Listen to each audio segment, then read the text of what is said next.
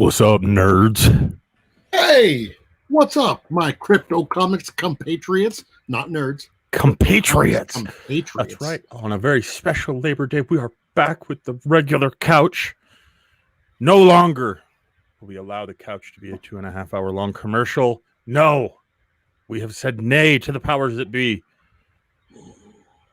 We're going to make this thing fun. We need to make like MAGA hats, but say like make comic shows fun again or something. I think that'd be great. Already in chat, let me check up here. T3 comes in and says hello with a whole bunch of O's. I believe, isn't an O like a hug in a message? So maybe he's given us 4 additional hugs. X's and O's, yeah. Well, do you think Tom wants to hug you? That Tom with T3, he is a hugger. We got Leslie coming in on Facebook, which means our Facebook is now back up and running properly as expected. Yes! Yeah. Saying hello, everyone. What's up, Leslie? I think it's Facebook just wanted to see my pretty face again, so it's like, let's get them back. You know what? I'm not going to disagree with that. Andrew Dodge comes in and says, hey, guys, happy Labor Day. Hope y'all had a great weekend. I dealt with the mild symptoms of the second dose of the vaccine all weekend. That is not any fun. Yeah. But it's a good idea to do before you're traveling for sure, man. Good on you. Dominic Colby comes in on Facebook saying, how's everyone today? Good. Especially since we can see Facebook chat again. Woohoo. Finally. T3 says, what's up, my nerd? See, that's catching on. I'm doing that from now on. Amy Frazier on YouTube says, howdy, guys. What's up, Amy? Nobody's Illusion on Twitch says, hello. How was everyone tonight? I'm pretty good. Matt looks like he's doing pretty good since he's not going to say anything. I was just trying to go through the news stuff, just looking over for a second. Yeah, there's a lot of links to have open, so be ready. So T3 says, hope you feel better, Andrew. Nobody's Illusion follows that up. Digital Dwight comes in on Twitch saying, great job getting Facebook back. Crypto Comics 1, Zuckerberg 0. A lot of people don't realize this, but I had to fly to Facebook headquarters and punch Mark Zuckerberg in the face. That's not true, but I would have. Andrew Dodge says, thankfully, I'm feeling much better. Symptoms only lasted all day Sunday.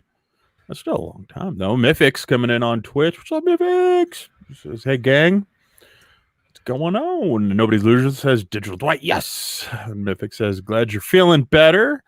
Andrew Dodge, that's good, says Nobody's Illusion. All right. So, just to let everybody know, we're doing a few changes to the couch show. We're going to adjust the formatting a little bit. Tonight is our learning curve. I'm going to make that gentle announcement because what we're going to try to do is we're going to try to hit more news topics, more things that the community cares about, and make the show more focused about things that the community actually gives a shit about, really. Mm-hmm. Focus a lot on the creators that are inside the crypto comic system and help them as much as we can to help promote and get the word out on the things that they're working on. And at the same time, we're going to kind of slide back a little bit on taking quite so much time on each news topic or on each subject matter. That way we can keep the show kind of rolling quickly. And that kind of opens the door for more long-form discussion via social media posts, which, of course, you can find us on Facebook, Twitter, Instagram, YouTube, everywhere.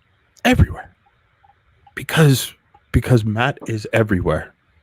He's like the Doctor Strange of crypto comics. Kind of.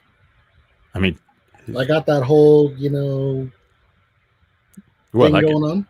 I like it. We just need to get you the cape now. Nobody's Illusion says, cool, best of luck on the new format. And Andrew Dodge says, received my 13th Labor Kickstarter today. Ooh, I need to go got an afro. It's not a cape. Ooh, nice. I always wear this. That's pretty fancy. That is pretty fancy. So let's see here. Okay, so coming right into it. Right off the bat, what do we want to work with? Are we allowed to just jump right into it? I just think we should. So weird. Like this new format's throwing me off. I don't know anymore. Okay, so we have. You already skipped something. It said the T3 top. Oh. I got the wrong T3 going. Okay. So first of all, do you have any unboxings for tonight? I don't. I do. Do you know how sad that makes me that I don't? I do. You know what? I will cut comic you, nerds sucker. will know exactly who this came from just by this on the back. Please It's not really hard to bend. see. It says "Do not bend, please," with like 17 underlines under "not bend, please." I know who that is. Yep. So this is from the prestigious Jim Lee. T3 Comics. Oh, that was wrong. So got to open this one up. So this is from Book of Sarah #1. And this is a big enough package that I cannot do it one-handed, which is always good. So let's see. We're going to go through the little stuff first. So I got some cards, some stickers, a couple of pins in this bad boy. And because of our new formatting, we're not going to be going through like each and everything with these. Reason being is we've got videos out there that took us like 45 minutes to go through just the stickers. And not that we don't like them, but you know, it just seems kind of long-winded to do that on a stream. I got a thank you card inside of there, which is pretty rad. It's got the always beautiful Tom on one side of it. Remember, he's a hugger. He's a hugger. Tom is a hugger. So I'm going to read this off really quick. I think that's something we should always start doing. That is so cool. It says, "The Book of Sarah #1. Thank you for supporting the Book of Sarah #1. Your support means a lot to us and helps expand and fund more comics and books. If it wasn't for people like you supporting indie creators, we wouldn't be able to see our creations come to life. Thank you again for your support. Keep your eyes open for future comic book campaigns. Sincerely, T3 Comics." Signed, Tom Rapka. I just realized I've never honestly asked Tom if I'm pronouncing his last name correctly. Tom, if your last name isn't pronounced Rapka, I'm very sorry. Normally, I'm really good about that. So I'm excited about this one, but I'm going to put the reason I'm excited about it on the bottom of the list here. So, first of all, here we go. We got. That's right. I love this cover. Oh, that is my favorite cover ever. Yeah. So, like, honestly, it's one of my all-time absolute favorite covers. I'm going to be honest with you. This stack feels a little heavy for what I expected to get as well. But I do not have what I backed specifically pulled up on my screen. So I feel like Tom might have given me a little bit of a hookup here, but we're going to get through these. So then we've got the premiere issue cover. At least that's what I call it. I know he's probably got different names for things, but I'm a comic nerd, so I always go off of the weird stuff on the cover. And this one has got first premiere issue and then signed by Tom right there. Got to have that. Then, like a boss, we got the medal, which is too sick. And it's numbered 1 of 10, which I'm very stoked about. Now, it's hard to showcase how cool these metal covers are when you're doing really a live stream. Like, the cameras just don't. Yeah, it just doesn't pick it up. But the coolest part of this is the font choice that they use for the names and how that looks in metal. Dude, I gotta say, absolutely sick. That font choice kind of reminds me of the Batman animated series. Mm-hmm. That one's also numbered 1 of 10, which means Andrew Dodge, I win, clearly. And then, before I show this next book, and this is the one I'm most excited about. Before I show this, we have a little video we have to play real quick to show the importance of what I'm holding in my hand. So Tom Rapka did an announce showing when he got all of his books in stock and ready to ship out and ready to handle all that part of the Kickstarter process. Or I should say crowdfunding process, because Indiegogo has to do the same thing. But a lot of people don't realize, like, a lot of these creators are actually handling the shipping. They're doing all the Gemini mailers. They're doing all this stuff like themselves. Like, oftentimes it's the creator sitting in their living room and just busting all this stuff out for everybody that backed their campaigns, which is very difficult from a logistics standpoint.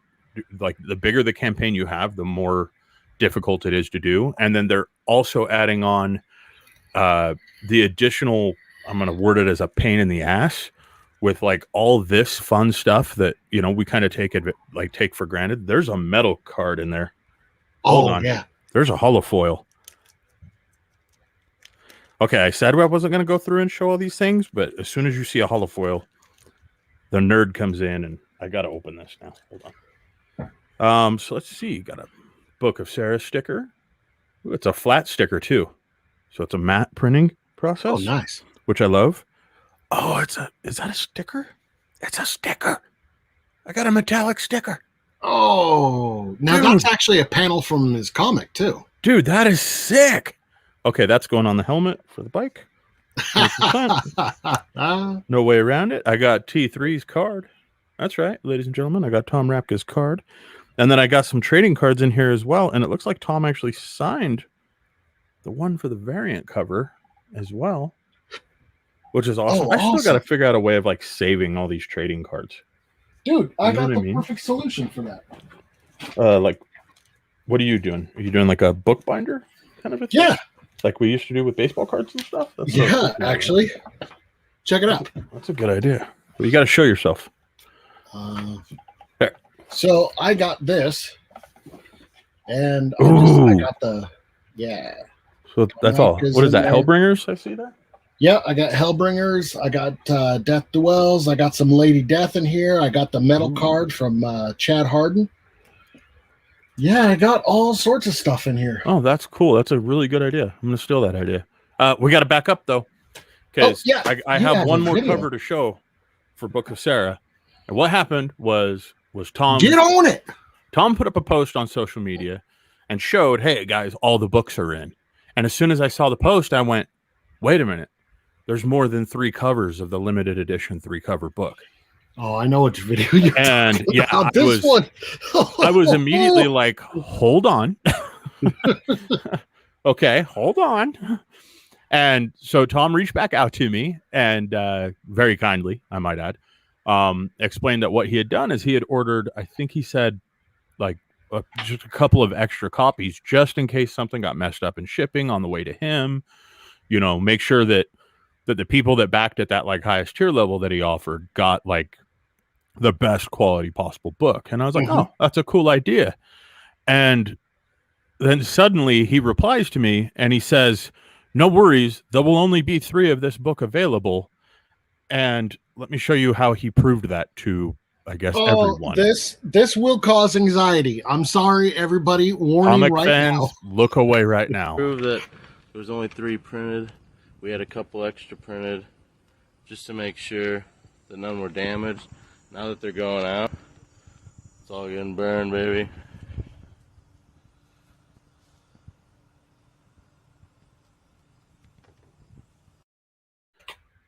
Okay. Like, I am so torn right now, dude. Because on one hand, I'm like, oh my God, he burned comic books. Like, what? Like, why? The world needs more comic books. But on the other hand, I have one of the remaining books. And so let me switch. So at the same token, I'm like, oh God. And not only that, I don't know if you see this down in the corner here, but I have number 1 of the 3 remaining books, which, I mean, I'm going to be honest with y'all. You could probably carve glass with my nipples right now. You know what I mean? I'm sorry if that's too much information, but yeah. Okay, so he posted that on social media, and my watch lights up, and as you can see, it's the Apple Watch, so it's not a huge screen. And I look down, and the video is playing, and it's Tom burning comics. So instantly, before watching the video, I reach out to Tom. I'm like, "What the are you doing? Oh no! Stop it!" What? No! You fly to his house, tackle him in the front yard. Oh man, I was just like, no, you are not doing this. And he was like, no. He explained it. I was just like, oh God, no. Well, let me go back through chat here real quick. Andrew Dodge says, received my 13th labor Kickstarter today too. Nice. I'm still waiting on mine, but I did get my shirt from that campaign. Wore that shirt yesterday. In fact. Now, I reached out to Andrew there, and I was like, you know what, let's do an unboxing. But we'll do it like pre-recorded and actually show it. So why? You should just have him come on the show. Well, we have the new format, and we're still trying to figure out all the ins and outs of the new format. So, I didn't know if you wanted to do that. Hell yeah, I do. I like Crutchy. He's fun to have on. Well, yeah. I don't know. We'll talk about it off stream, but I think we can do it either way. Whatever works best for him. Because he says, I have 5 unboxings. My T3 is the same way, Fry. Nice, dude. Noise. Nobody's Loser says, ooh, looking cool. Mythic says, oh, that half animal, half human one is intense. It's a badass cover. And it's metal print. And I love metal print. Dominic says, I want Tom's business card. For those who don't know, I collect business cards. Really? I have no idea how, but I'm sure we could figure out a way to get you one of those. Hey, we'll even send you one of some of ours. Well, Dominic's got some of ours. Oh. Actually, going through the what was it? Megaplex. My bag at the very end, I found an extra pocket that I didn't realize my bag had. And I found one with a very specific sticker in there. Oh, you kept one of those, huh? On accident, yeah. So might have to. Well, and see, that's what's kind of funny. Just so that everybody's aware, we handed out business cards at Megaplex. Let me see if I have any of my business cards right here on the desk. I should. Actually, I might not. Oh, is that one? Ooh, I have one. So we handed out business cards in these nice little wrappers, like a little comic book. That's so awesome. In the back, there's little stickers inside of there. So it's like a little baby swag pack for everybody. However, a very few of those actually had a holographic, a metallic Crypto Comics logo sticker in there. Die cut, like you can't confuse it. It's a very different sticker that most people don't have. And what we did during that event was if somebody were to take a picture of the business card in the wrapper with the sticker and post it, we would send them a swag pack.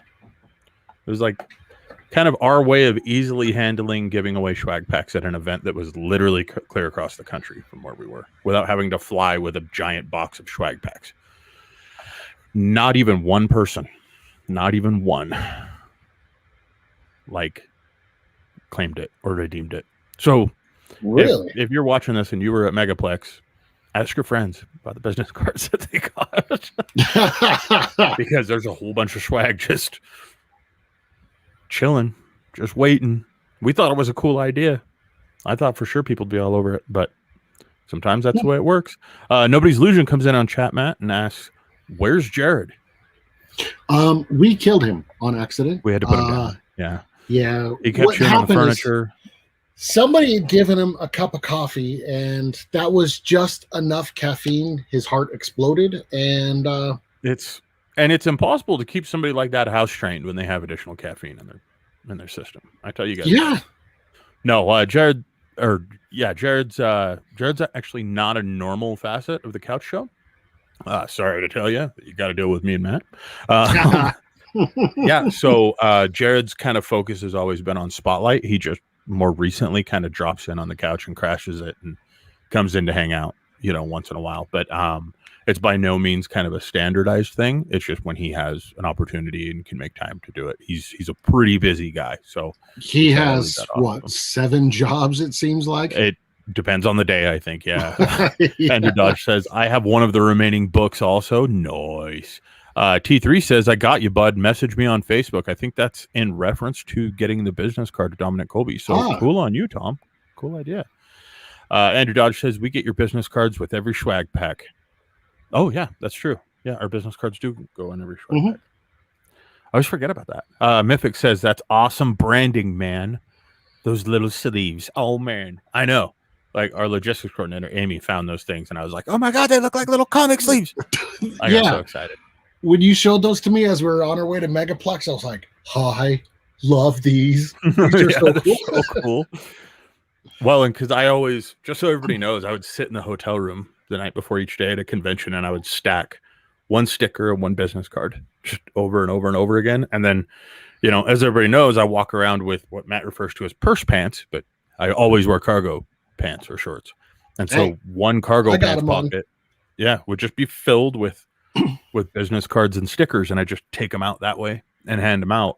And I think Amy got frustrated with the idea that I was doing that so hazardly, so she figured out a way to actually package it which we are forever grateful for, because it's little things like that that really make our branding like badass. So, Oh yeah. Nobody's Illusion says, "Oh, that's awesome, big oof though." T3 Comics says, "That's a cool idea. Sad it didn't work. Don't give it up." We won't. I think it's something that would catch on later. The Megaplex event, though, we were very new in that community. Oh yeah. And so, a lot of times, I would see that I was handing that sticker out, and I would tell people very specifically, keep an eye on our social media for this announcement. Like, watch for this. Here's what's going on. And, I think it'll pick up steam as we go to more events and stuff, likely in the future. Like, probably something that we'll slate more for next year.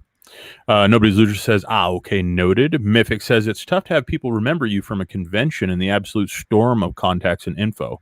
If it's not way too much after effort for doing it again, consistency may build those pathways more, or put things there that say, go here if you have the special one. Yes, absolutely. And Mythic says, being new absolutely affects it, especially in that community. Because, a lot of people knew us, which was cool. More people than I expected. That was weird. That was weird, actually.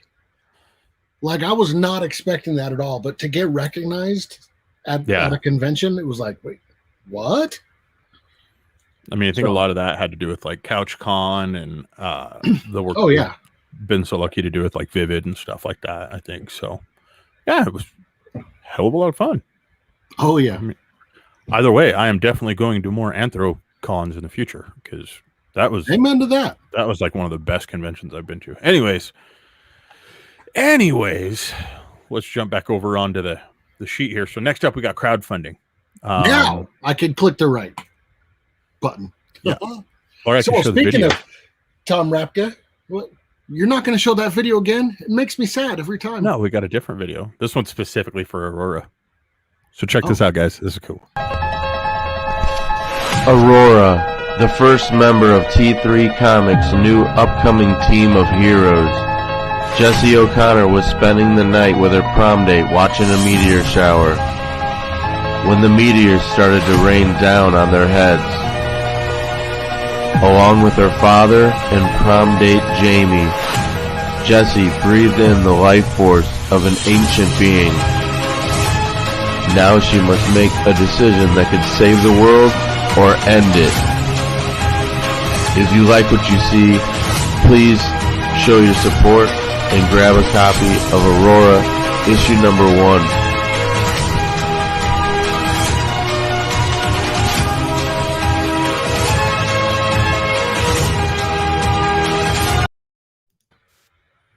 So sick. So there is the link where you can find Aurora on Kickstarter. And real quick, as we're talking about Aurora number 1, shameless plug for the homie. That hard. Nice. It is sick.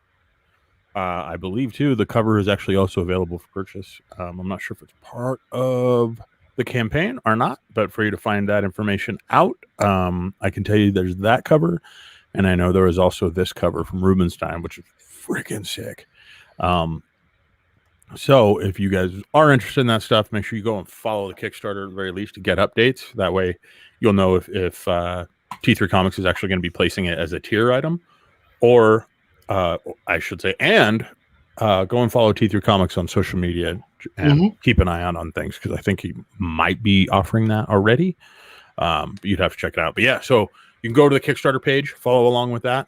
That way you're notified as soon as he goes live with it. He's also got a second crowdfunding campaign that he's doing, which is Sammy the Bean, which we love. Sammy the Bean. Like, we have been. I'll actually put this in the chat. This is the URL here. We've got it in private chat too, where you can copy. Oh, you got it. Okay, cool. So yeah, Sammy the Bean was a really cool book. It's a first kids book from T3, which I think is going to be friggin' awesome. The artwork on it is super original. It's very friendly for all audiences, which I think is, definitely something that's pretty cool for people to look forward to. And on top of that, I like that book so much that we've actually been already marketing on his behalf for the book. Like, if you've gotten a new swag pack in the last couple of months, I think it wasn't a magnet. I think we did a magnet for Sammy. I think so. Yeah. So yeah. It was pretty awesome. So let's see here. Let me jump back. Nobody's Loser says that was epic. Mythic says those greens are so nicely shaded. Oh, they are. I think that's talking about the cover for Chad Harden. Yeah. Mythic says, "Oh, the second grayscale cover is pretty sick. That Rubenstein's like pretty awesome." Looks like we got a comment coming in from a Facebook user. Just so that you guys are aware, if you're popping up in our chat and it looks like this, it's because you have not given StreamYard's permission to use your username or profile, and because we find everybody's security of utmost importance, we keep that defaulted on. So you actually have to go in and give StreamYard permission to use your identity. So if you're commenting from a various Facebook group or anything like that, this is how you're going to show up until you do that. That way you can remain anonymous if you choose to. That's what we believe in. But this user says, "You boys going Comic-Con?" We're going to make an announcement for Soon. a couple of things. For a couple of things. All right. Can I show the next one? Yes. Let's go. Tales of Tesla. Everybody knows we're going to plug the hell out of this thing, dude. Dan is our homie. Oh, yeah. We love Dan. We think this is going to be awesome.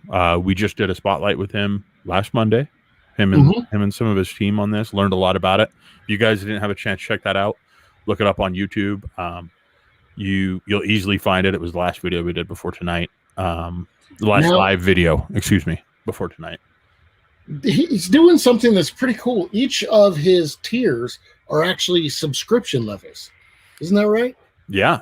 So you're actually subscribing for the entire So year. it's not just one box that you're going to get. It's a long-term thing. So well, and it's the first issue of, did he say 4, I think, or 5? I want to say Jared said 120. Yeah, or something like Jared that. went crazy with it. Yeah, so it's either 4 or 5 books that you get, but you get the first print of all of them with the subscription as well, which is super cool. Because I mean, guys, let's be realistic. Usually, creators are going like, buy this book, buy this book, buy this book, buy this book. You know what I mean? And if you don't have that first one, it's kind of hard to kind of pick up the pace and get into it. I love this idea because you're kind of getting the first of all of these different series. Yeah. And every book in the series seems to have like a different demographic. You know what I mean? Which I think is going to be really, really cool. You can check that out with the link that we put inside a chat on the various networks as well, guys. So Dominic Colby says, Tesla is my favorite inventor. The Facebook user that we do not know. He who needs no name. That's what we're going to start saying. Says, I tried, Andy. Well, whoever it is knows me pretty well if they're calling me Andy. Nobody's Leadership says, whoop whoop, I love Tales of Tesla. It looked epic. I was there on the live. Yes, you were. So yeah, next up we got to start doing some announcements because people are already asking in chat, right? So first announcement we are going to be doing a spotlight with a creator that most of you guys, hold on, you're getting ahead of things, but it's next. So no, it's not. This new format's kicking my butt, man. He's like secretly, I will kill this man. So we're going to be doing a spotlight this week, literally in just a couple of days from now on the 9th at 9 p.m. Eastern Standard Time. And we're going to do it with, I want to pronounce it Ichor. It's ICHOR Comics. I know I'm butchering that. I'm so sorry. Here's where I'm excited about. This is one where yours truly is going to fangirl just a little bit because we're going to have Nick Steiner on the stream. And Nick Steiner isn't super well known. It's nothing like that. But here's why I am going to fangirl. Nick Steiner was the first creator that we met at a comic convention and signed up in the system. He's the first creator we ever did a t-shirt throw with. And for those of you who are kind of long-term watchers, you'll know that we used to do a lot of stuff with t-shirts. And before COVID, when we go to conventions, what we would actually do is we'd print up a ton of shirts and we'd run out to the crowd that was waiting in line to get into the comic convention. And I'd throw shirts at everybody. Literally. I mean, quite literally, we would throw shirts at people, which was awesome. Like so much fun. Oh, yeah. But he worked with us on that. And he's actually the first creator that is on my little wall of books that are in the system and directly from a creator, which is now like a thing I kind of collect. Is, you know, I try to get at least one book that's signed from a creator. You know what I mean? That we're working with in crypto comics, because eventually I'm going to have some baller ass office, and that's going to be my wallpaper. It's just going to be framed comics everywhere. So, so yeah, it's something that I'm really excited about. I hope you guys join us on it. I think it's going to be really cool. It's shedding light on an indie creator that a lot of people don't know about. That COVID really took its toll. He really started picking up steam, and then COVID hit, and you know, every comic creator and every comic fan knows that when conventions got shut down, it worked itself out in a bad way for a lot of these creators. But he's getting that ship righted up and weathering the storm at this point, and so I'm super stoked to have him in this team on. So yeah, that's going to be on September 9th at 9 p.m. Eastern. If you guys want to chime in live, or of course it'll be, you know, available on demand afterwards, but we're really looking forward to that. You should start seeing marketing announcements coming out likely tomorrow morning for all that stuff. Andrew Dodge says, I made a promise during the spotlight with the power of plutonium. That's right. Andrew Dodge actually promised. He was looking at maybe jumping his tier level up to where he's actually credited as a producer on the Tales of Tesla book. That is cool. Sick.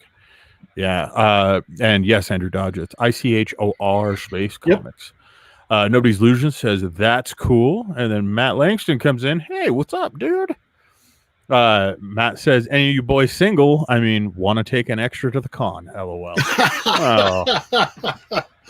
Isn't that convenient that Matt starts coming back on the streams right before FanX? Sorry, man. So yeah, I guess we'll just make that our next announcement now, since that was right up on bat anyways. So FanX in Salt Lake City. That's coming in September 16th through 19th, right? Oh, 18th. 16th through the 18th. Yeah. So you got, as you see, a live countdown, 9 days, 16 hours, 25 minutes, and 40-something seconds. So yeah, a lot of people have been asking us, like, if we're going, if we're not going, if we're doing a booth, if we're not doing a booth, what we have planned for this, because most people actually know this is kind of our backyard con. Yeah. So yeah, just to let everyone know, no, we will not be doing a booth at this event. For those of you who are wondering why, I'll be flat out honest with you. We didn't think that doing a booth at this event was going to be, kind of worth its weight in what the cost was and what the cost of benefit analysis kind of kicks back. Well, we love the convention. Absolutely. I love the convention. It's just like you were saying before, there are some aspects to FanX that's not exactly popular right now. Yeah. So, I mean, the biggest thing is that, that we're able to hit multiple conventions for the same price that it would cost us to go to one. And when that happens, we got to choose to blanket, multiple events and talk to multiple creators, visit the community in different places. As you guys saw, Matt and I were able to go to Florida, hit Megaplex, and do all that kind of stuff. I mean, and FanX is great. FanX kind of has a place in our heart. But a lot of the things that are going on around FanX aren't quite as, they used to be the creators con, you know what I mean? They used to be all about indie comics. They used to be all about comics, characters. I mean, even down to the celebrities that they had, stuff like that. Lately, more and more, they've switched over to a pop culture convention, which is fine. I mean, everybody knows that's kind of what's big and popular right now. Yeah. It's what brings in the money. Yeah, but unfortunately, we've seen that they've priced themselves out of aspect for a lot of indie creators and a lot of the community. That's kind of our core demographic, i.e. ticket pricing that goes up over $300 for a weekend. And at that point, that really limits the amount of audience that's in attendance, which limits the value of us having a booth at those events. So that being said, it is still our backyard convention. Matt will actually still be going. I will. I'll be bringing my one of my buddies down there, and we're going to just canvas the event. So if you see me down there, stop, say hi, and we'll actually have somebody there with us.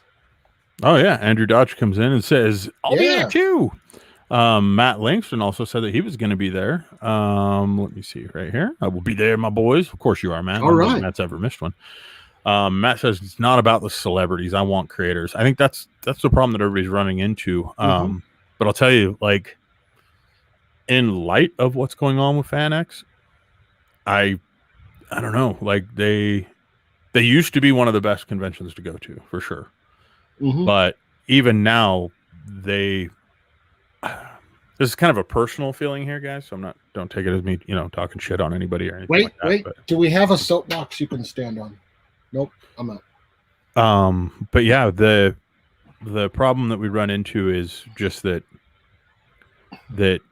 I know even going to FanX right now, it's not going to top like what we got to experience at Megaplex. You know what I mean? It doesn't top other conventions like Amazing Con in Las Vegas. Level Up in Las Vegas is absolutely amazing.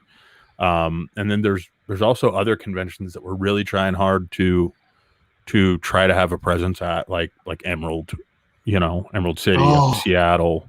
See, Emerald was my first, so that's So I mean, it's one of those things where unfortunately FanX is just kind of lowering itself down on the tier. It's great for a lot of people, so don't get me wrong. It's just that our primary focus is on indie comics and indie comic creators, and the community that really gives a shit about indie comic creators. And financially, it just makes a lot more sense for us to hit these other conventions and hit them hard. So let's see. Andrew Dodge says it'll be my first big con. That was my first big con, and it's absolutely amazing. So don't get me wrong. It's a hell of an experience, and it's going to be a lot of fun for anybody that goes if you make it fun. So don't let anything I said. Jared's first con. Yeah, it's it's a hell of a lot of fun, and you do still see a lot of really cool stuff. It's just that it's we have to weigh it out as a business kind of a thing. So Dominic Colby. Special note, Matt Langston, you got to bring your Green Lantern ring. Oh, there you go. Dominic Colby says, read before showing on screen. Permission to share a Comic-Con area link. Yes, finger guns or some kind of signal. Yeah, Dominic, you can share it. I don't think that Facebook is going to allow you to put a URL inside of chat, though. But I will let everybody know that Dominic informed me earlier there's actually going to be a small comic convention in Erie that looks like it's going to be pretty rad. That's really? If you guys want to check it out, yeah, you can Google it and find it real easy.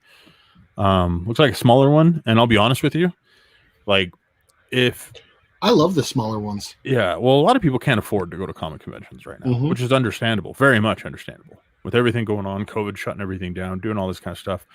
Like, guys, I'm going to be totally honest with you. If you have an opportunity to hit a convention, hit a local. Like, it doesn't matter if that local is 5 hours away from you or actually 10 minutes from you. Like, local comic conventions, you've got shorter lines, you've got a lower price of entry, and there's a difference on these big conventions. You wait in line for 5 seconds to have somebody sign something, and then you're booted out of the line. You know what I mean?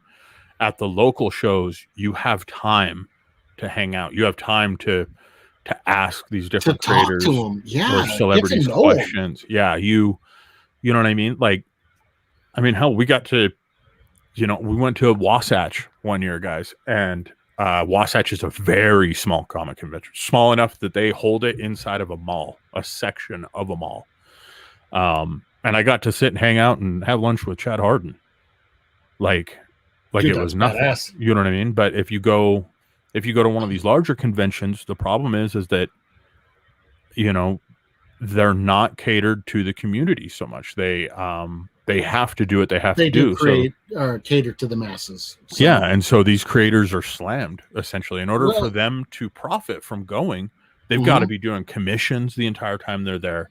They got to be making sales the entire time they're there. Like, they got to be hyper-focused. They got to be in work mode 24 hours a day while they're at that event. And it makes it really hard on them. So if you guys have a chance to go to local cons, always take up that opportunity. It doesn't matter how small you think it might be. Because that's also where you find better deals on books. I'll be totally honest with you. Let's see. Matt says, bro, ring and a new cosplay. Ooh, nice, dude. Sweet. Nobody's Illusion says, my first con was Anime Expo 2013. Jesus. Okay, that's a hell of a first con. Damn. Ooh, in 2013, too. That was like before it was hip. That would have been like the year before it blew up. So that'd be pretty sweet. Nobody's Loser says, by the way, happy Labor Day. Thank you. Dominic Colby says, I sent the wrong one. And there's a link right there. So if you guys are not on Facebook to see that, it's eriepromotions.com/Comic-Con-Erie. Matt comes back in and says, Fry, remember talking to Carrie Fisher and Linda Blair? Yeah, Linda Blair creeped me out. Carrie Fisher was amazing. But see, that's the thing. Like, FanX used to be that con. It used to be where you could go and do that. And unfortunately, I mean, I'm not going to say this is like, canon here, guys, but as soon as they lost that lawsuit, for blatantly ripping off the branding of another comic convention and having to change the name to FanX full-time, like, to me, it just seems like all that money that they lost in that lawsuit, they just passed right along onto creators and community. You know what I mean? Prices across the board got to the point to where, I mean, I've seen people that literally have stated on social media, especially on Twitter and Facebook primarily, a lot of the crowd that always goes to FanX every year, this year they had to make the decision: am I going to FanX or am I going to hit my local comic shop every week? You know what I mean? Like it's gotten to be such a high expense for most people that they're now effectively siphoning funds from what keeps this community alive. And that personally to me is where I'm like, oh man, I have a hard time supporting that. But I'm going to be honest with y'all. Like, I'm going to really miss not going. So don't be surprised if all of a sudden I just randomly show up, because I'm still at Comic-Con and I'm a nerd. Well, meet me there and we'll do lunch. Yeah. If I go, I'm not wearing a Crypto Comic shirt though. Suckers. I probably will. What am I talking about? T3 says, my first con was Lexington. That'd also be a pretty rad one. Andrew Dodge says, the Erie Con appears to have some awesome guests. The mailman from Mr. Rogers' Neighborhood. Got Raider Bush, Courage for Courage. Yeah, it looks pretty cool. Matt Lynch says, now it's kind of garbage. Sign now and get the F out. Not to be rude, but Vegas Con was the best. Wizard World. I never did Wizard World events. Either did I. I always wanted to, but and now they're not even, like, Wizard World is no more. Yeah, I know. Well, I mean, it is. It's just going to be operating under a totally different name. But even then, I've seen a lot of creators that are refusing to go to those events and stuff. So it kind of turned me off on even wanting to go. But you never know. I'll give it a chance if I can get there. But yeah, here we go. Here's one thing. Nobody says, sounds like a really cool lineup. It does. Matt says, Fry will be going to the after party again. Whoop, whoop. Yeah, so I'm going to be honest with you all. I probably had just as much fun at the after party for FanX than I ever had at that convention. Bro, we hung out. I forget the guy's name now, but the dude who plays Rufio from Hook. Do you remember that movie? Oh, yeah. Like, he became a DJ and was pretty good, actually. And we got to hang out with him in, like, the VIP area and stuff. That was friggin' awesome. Like, yeah. Like, those are the kind of memories that make me, like, really fond. Fond of FanX and that event. I mean, it's just, unfortunately, I can see when you go to the same event over a certain number of years, you see the shift in patterns on everything that they're doing. And I'm having a really hard time swallowing down the shift that I see going. Yeah, and Matthew says, remember the boy from Hook? Got smoked with him. Yep.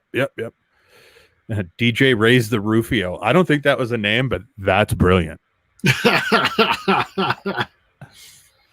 Dominic says, physical cons I still haven't been to yet. So far, only Couch Con. Matt says, Andy looked like Magic Mike on the dance floor. Okay, that's not true. We all know that's not true. But I will say Matt can dance. That boy can get down. Leslie comes in on Facebook, says, and here I sit, having never been to a con. The only personal problem with me, man. You got to get after it. Now it looks like you're going to have to drag Leslie to a FanX.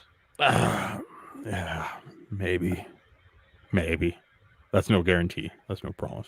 P3 Comics comes in and says, Wizard World, we got caught in a blizzard on the last day of one, and they wouldn't refund me for my ticket, which I figured, but they wouldn't refund me for my autograph I bought a ticket for either. Was super pissed and never wanted to go again. There's a lot of documented history about similar things, to the point that they are no longer operating under the name of Wizard World. So, well, FanX did the same thing. I ended up buying a couple of autographs and stuff like that. COVID, and then it got shut down, and it was all non-refundable. Yeah, but they always seem to be pretty decent about, like, refunding people at FanX. At least any of the issues I ever had. They were pretty good about it. In fact, I got some extra stuff one time when Stan Lee got sick. Me and Matt got some extra hookups. It's pretty cool. In fact, one of them's on my wall. There's an autographed poster from Stan Lee up on my wall that I kind of got for free. What? Going in, Nobody's Loser says, big oof. T3 says, Captain Kirk kept my money and didn't sign my original Star Trek. That's what you get for liking Star Trek. I've been telling y'all. Hey, come to the dark side. Hey. And Captain Kirk can't hurt you anymore. Mythix comes in and says, shirked by the Kirk. Nobody's Illusion says, I haven't been to a con since 2016. A lot has changed. Mm-hmm. It doesn't matter how small the con is. A lot has changed. Leslie says, yes, Matt. Oh, did I miss something? Yeah, when I said that you got to drag her to FanX. Oh, that's bullshit. T3 Comics says, I bought a certificate of authenticity from him too and looked them up months later and they weren't even in the system. Well, I mean, if he never did the signature, then it wouldn't be in the system. Right? I think that's how a COA works, even if you pre-purchase it. Mythic says, I still haven't been to a live convention. One day. For now, I camp in online ones. Or I camp on online ones. Yeah, but you do really well on online conventions, Mythics. Mm-hmm. I personally, I will tell you this. Let us know when you are finally going to do an in-person con, because we will figure out some way of getting coverage of this, because you're going to kill it. Like, those of you watching, if you guys don't know, go follow Mythics. It's Mythics_R. You see it on the screen right here on Twitch. Mm-hmm. Go follow that Twitch channel, because Mythics does some sick art. Will be happy. Yeah. Like, very, very cool stuff and super fun to watch. You know what I mean? So yeah, Mythics is gonna kill it at a convention. Matthew comes back in and says, they did that shit to me and Andy for Stan Lee. We spent $700. Yep, that's true. But we got like refunded or something. It just took a while, I think. I can't remember. Mythics comes in and says, close to have gotten his video games live, which was an enormous concert. That'd be cool. T3 says, set phasers to pissed. Dude, that sounds like it'd be a great button for a con backpack. T3 says, different one. Mythic says, T3, okay, I'm really sorry for your experience, but that's a really funny way to say it. Leslie's laughing. T3 says, okay, thank you. Matt says, having another snoochie boochie. I hope everybody knows what that is in reference to. If not, you are on the wrong stream, y'all. Mythixr says, that means a lot, guys. Aw. T3 says, it was Stan Lee, the COA was for. I got a 6-foot X-Men poster signed, a shield, and 2 1968 Iron Man #1s. And got to shake his hand. I got to meet him once. But at this other event, they did like a really big deal where you could get like very exclusive, super hard, limited, like a sit down and hang out with Stan Lee type of opportunity. And that's what Matthew in chat is actually talking about, is we jumped all over it. And then unfortunately Stan Lee got sick, and then history shows why, you know what I mean? It was about 6 months later that he passed away, unfortunately. Rest in peace, homie. Matthew comes in and says, we got some stuff, but not worth what we paid. Seeing the Stan Man would have been better. Very true. Andrew Dodge says, great voice acting on Mythic's channel also. Yes. Good. Thank you for pointing that out. T3 says, oh, wow. And Mythic says, hey, thanks, Andrew Dodge. I love my voice acting family. They're such talented peeps. Like, we are caught up on chat. We're caught up. Finally. Holy crap. So we got a special badge to throw out because of the FanX thing. Right? Oh, yes. I'm going to let you do this. Yes, we do. Let me see. I got to remember. Matt made a badge. Yeah, I just got to get. Hey, where's Rose Kirby at? Somebody ping Rose Kirby. I don't know. Worries me when she's not on the stream. I get nervous, Rose. Okay. Everybody, if you go to your dashboard. Oh, thank you. Yeah. You scroll down. This is getting great. I love this. Like, anytime you do it, Mythics jumps on badge. Like, and then Illusion's like, badge alert. Like they're letting everyone know. Yep. So let me see. Okay.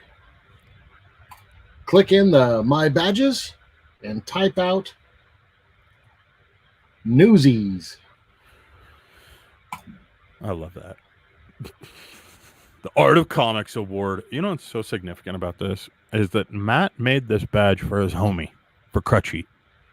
Crutchy got his nickname off of a character from Newsies because Crutchy was on our chat while we were live streaming talking about how he had just shattered his foot, right? Or was his leg? Foot, I think. His ankle. Ankle. And it was disgusting. Don't ever send pictures like that again, Andrew Dodge. And sorry. And yeah, so yeah, I think what we need to do is just start doing like significant badge names off of things that revolve around Crutchy just to show our support for the man, the myth, the legend, the Crutchy. Matt Langston comes in and says, I do have a guest announcement also, if it's okay. If it's what I'm thinking, then hell yeah. Hell yeah. He's got a pretty significant guest incoming. I think it'd be pretty sweet. T3 Comics says 420. Please? Yes, please. And Andrew Dodge. Bunch of smiley faces. Bunch of smiley faces. Okay, so we're going to keep things going so we can try to keep this show on live. Oh, yes. So we got a new blog. What we're doing right now is we're going into the comic news. Inside of comic news, just so everybody's aware, we're going to start merging all of our blog posts and the relevant information with that. We're going to merge information with relative indie creators, and we're going to get to news on a national level as far as like large publishing houses, things like that. We will start showing more and more news than what you're probably used to seeing. So hopefully you guys enjoy that. It seems like our news tends to have the highest interaction ratings. So we think that you guys have more to say about this and more along the interests of the community. So we want to make sure that we focus more on those elements. So yeah. Oh, hold on. We got this. And Matt says, Uncle Andy in 2022 May. Yeah. Now, see, that's a good guest announcement. For those of you who are not aware, Uncle Andy is my name to Matt's kids, which means that Matt is going to have a baby Bob coming. What? Yeah. Yeah. Wow. A little Congratulations. Baby comic nerd coming in. That's awesome. Yeah. Very cool. So everybody throw a congrats in for Matt. The best of luck for Matt and his lovely lady. Wish them the very best. Absolutely. I think it's going to be rad. And remember, everybody, offer to babysit. Yeah, everybody in chat offer to babysit. That being said, Matt, do not let my niece/nephew go with anybody that's in my chat ever. These are people that think that I'm interesting enough to take time out of their day to watch. The only thing worse than that is actually letting me watch children. Mythic says, new achievement, unlock Crutchy lore. You know what? That needs to be one. Yeah. You know what, Mythics? I love it. I love it. We're going to make that into a badge at some point. Maybe not right now. But yeah, so I've been waiting to do something here because here's the thing is we now know that people like actively look at my friggin' profile for when I'm testing things. And so we went back and we made a new profile to hide when we were testing badges, and people found that profile. Oh, good God. And they found that one too? Yeah. Yeah. I'm not going to name any names, but she happens to be in chat. Okay. And see, yeah, T3 says, we're watching you. Whatever.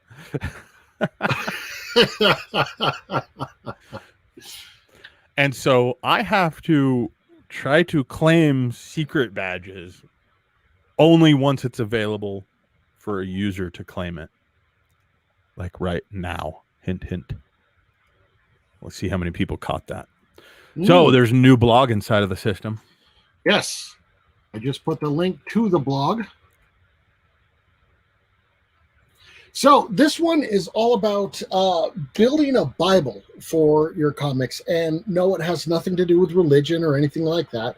It's when you're coming up with a comic series, or in this case, I was talking about a television show and how it translates into comic books. Just different formatting for the script.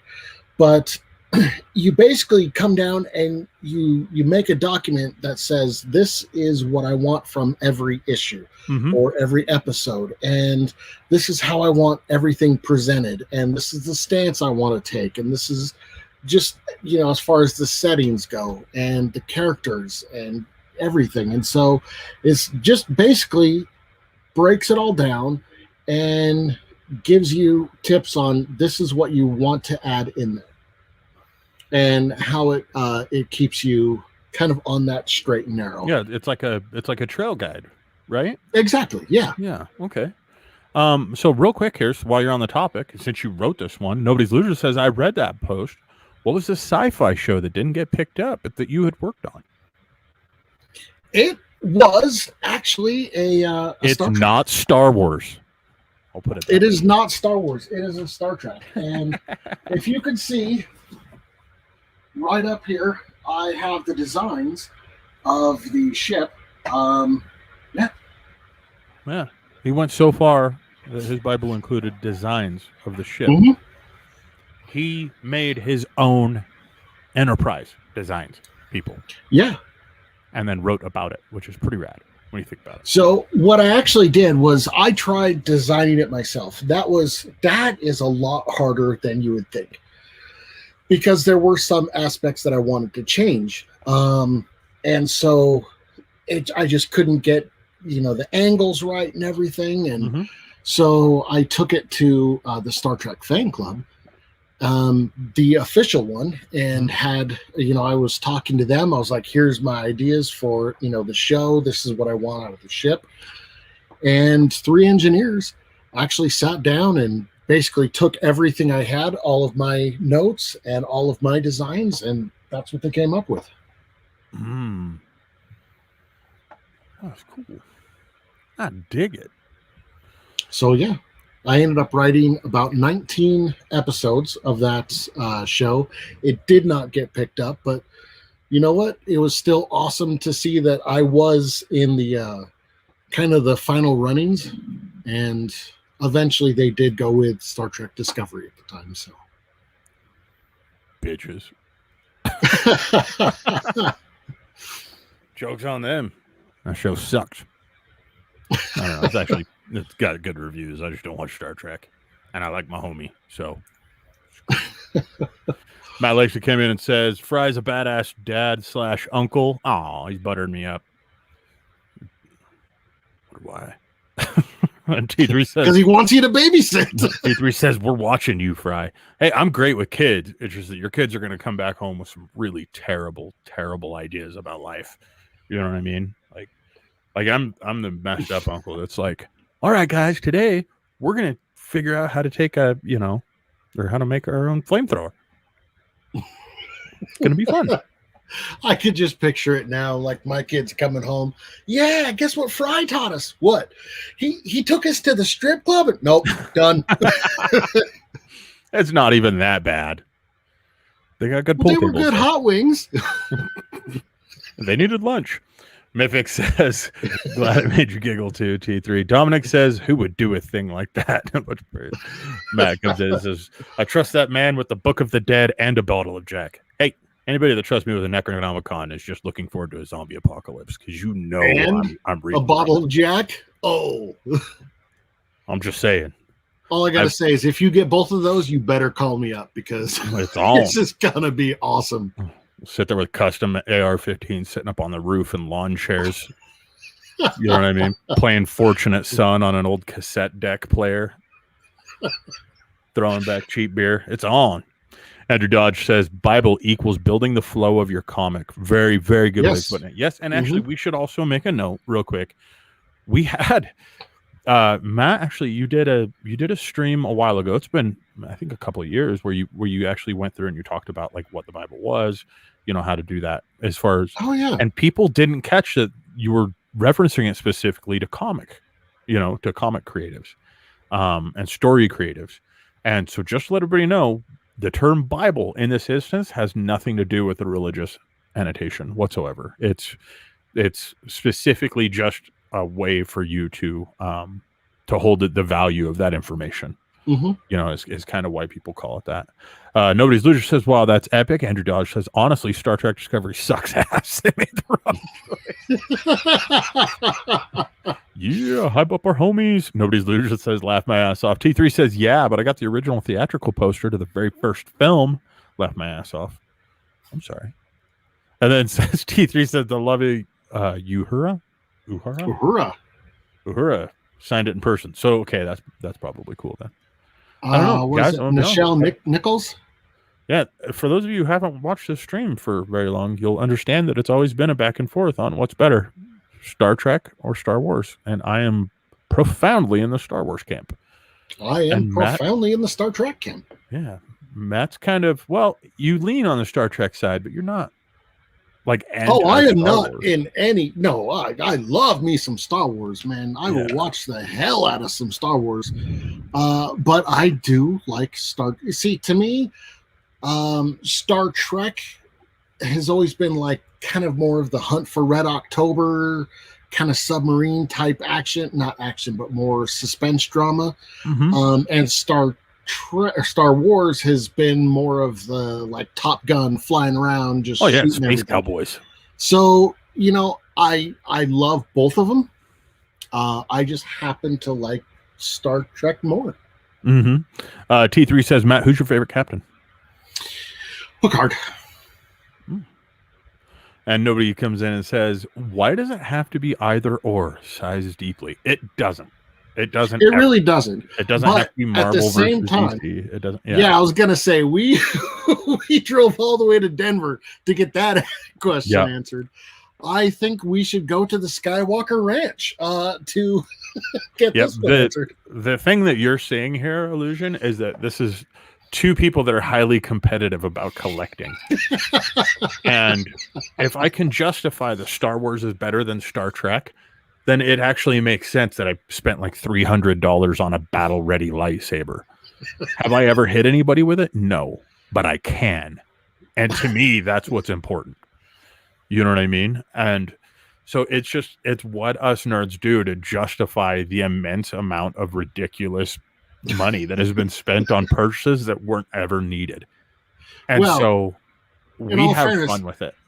I once went to the Salvation Army and spent 25 cents on a phaser from Star Trek. You got your money's worth, I'm sure. Yeah. Andrew Dodge says, I am strictly on the fence and not leaning towards either. That's the best way to be. We just have fun with it, guys, just so that everybody's aware. Sometimes like people don't kind of catch that we're just kind of ribbing one another. They think that we're like, they think, oh, Fry hates DC Comics. I'm like, I actually really like DC Comics. I just don't follow them because there's too many damn storylines to keep in track. Dominic Kobe comes in and says, I'm over here in the Stargate camp. Stargate, I think everybody agrees the Stargate is rad. I just think that it's different levels of how boisterous you are about it. You know what I mean?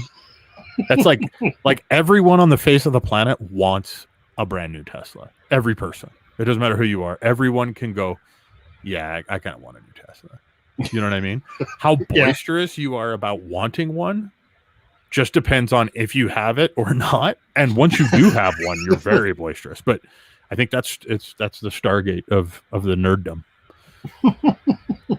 Hopefully that made sense. That probably didn't make any sense. People are probably like, what the hell? This is what happens when you get a car guy into comics. Willie Silver says, I grew up as a child of the 60s watching Star Trek, so it's my first love. Now Star Wars is up there too, a more recent love of that sci-fi genre.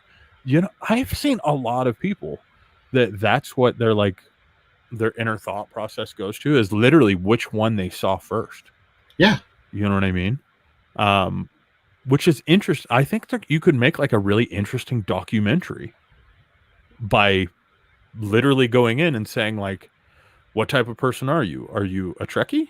Or I guess you're not supposed to say that anymore. Trekker? No. There's a Trekkie and a Trekker. There's a huge difference. Yeah, see, that's what I'm saying. They need a documentary about this. And then they need to let me explain that real quick against the people that are all about Star Wars and crazy into that.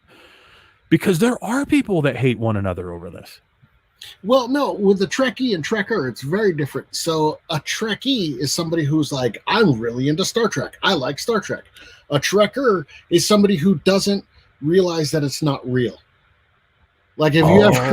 okay. Holy crap. You ever talk to somebody like that and they're like, they'll start in on Klingon. It's like, you actually learn that language? I think Klingon sounds pretty rad, though.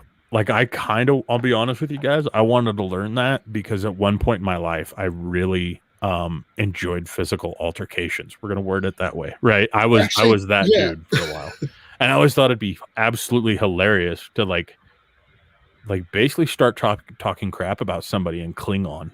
You know what I mean? Like, dude, that is a surefire way to get your ass kicked.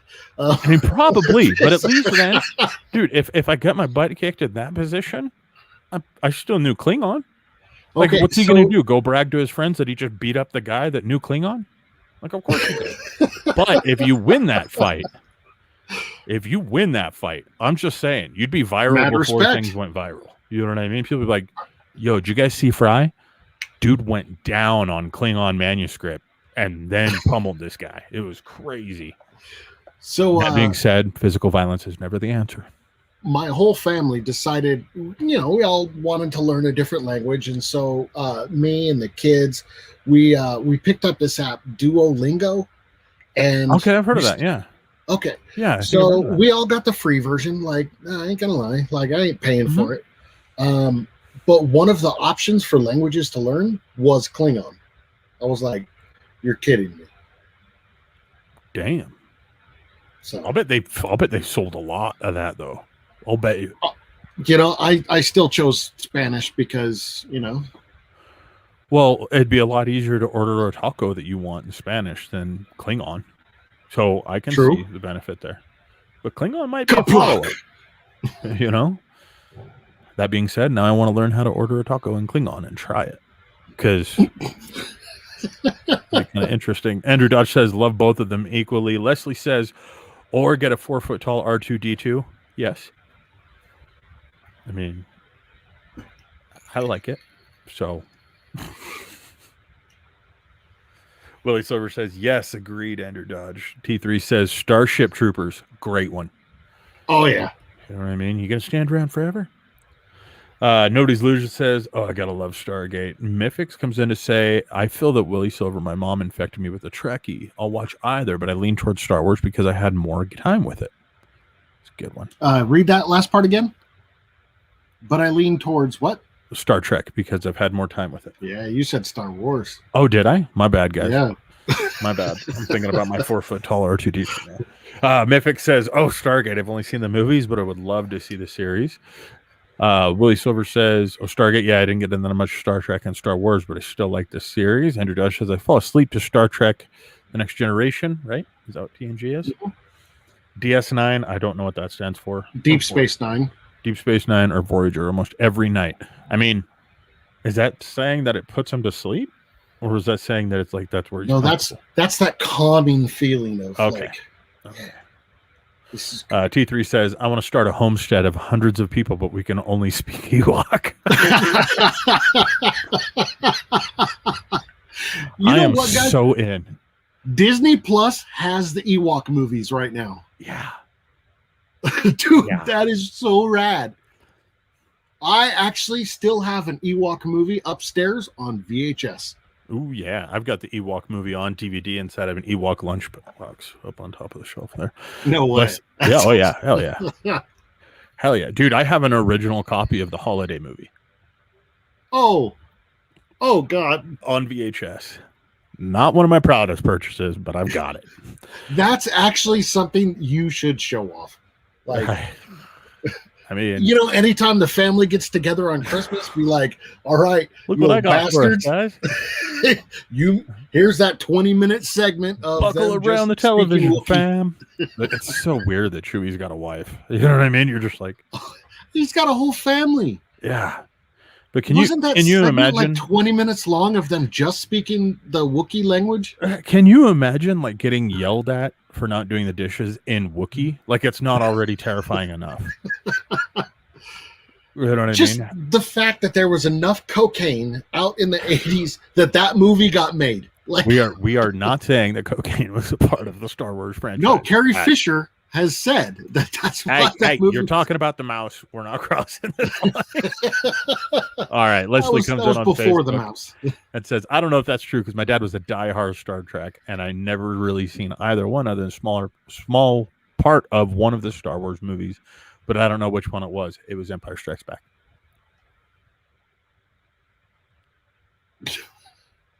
What? Date night. Nobody's illusion says Andrew Dodge. Nice. I'm not lying. She didn't know what to do, and I was like, time for Empire then. How Fry ever got a girlfriend, no one will ever understand. Nobody's illusion says, oh dear crap. Not Duolingo. What Duolingo offers Klingon? Mythic says, my thought process is that Klingon would not have a taco natively, so what would be called crunchy meat packet?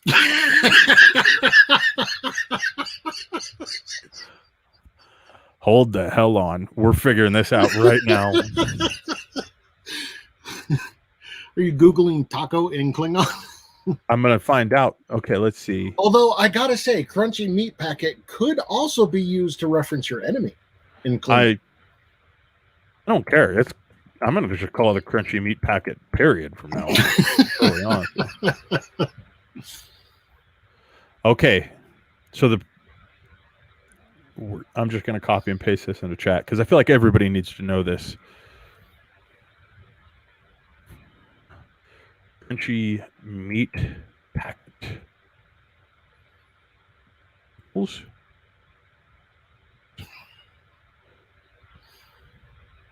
See here. Copy this. And there we go. The Klingon translation for crunchy meat packet. You can pronounce it that way. Dovle. I think. You got to say it more angry. Dovle. I don't know. I got to work on my Klingon translations. Okay, T3 says, did we just become best friends? I smell a timeshare. Dominic says, I have an Ewok movie on VHS too. Oh, nice. The visitor says, you know you're a diehard fan when? Okay, look. If it's a date night and the lucky lady says that she doesn't know what she wants to do, I am always going to revert to either going for a ride on my Harley or watching Star Wars. See, anytime me and my wife are like date night, it's just get the hell out of the house and as far away from the kids as possible. And I'm sorry to my kids if you guys are watching this right now, but get the hell away from them as far as possible. I don't know. I party with my kids, man. They're crazy. My kids are crazy too, but yeah, they're crazy. Like Dominic says, funny part is I still haven't even seen Star Wars. 3 says, I watched the holiday special and was like completely blown away. I think I just sat there silent with my mouth open in shock. Yeah, it's not great. See, I was like 6 or 7 or something like that, and I was just sitting there watching it and just going, what?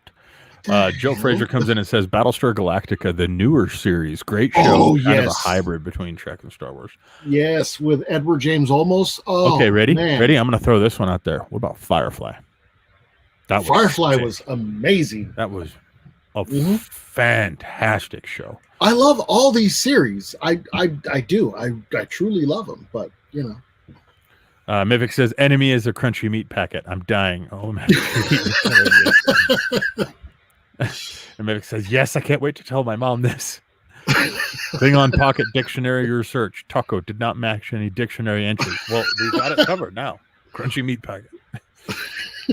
K3 says, you watch it on Christmas every year, 100%. I mean, it's more than that, I'll be honest with you. But yeah. Nobody's loser says, Dominic Kobe for real.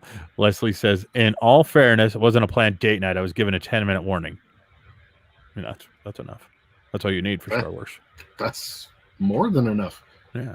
Like if Fry was to tell me right now, hey, we're going to go watch Star Wars, I'd be like, all right. And it would be on within 3 minutes. Oh, yeah. We'd have popcorn made in less than 45 seconds. Yeah. It could be minute pop. And I'd have that shit done in 22 seconds flat. Star Wars coming on. Nobody's literally says, oh, yeah, honorable mention to the new BSG and Firefly. Mythic says, you can't take the sky from me. That's my favorite space western, hands down. Firefly is fantastic, man. We got to get back into the news, though, or this thing's going to take us forever. So we got the blog up. Now, first up on the news, Dan Mendoza is bringing Zombie Tramp back to Still Ill, which is fantastic news. I have honestly, like, I've seen so many creators try to get their creations back from a major publisher.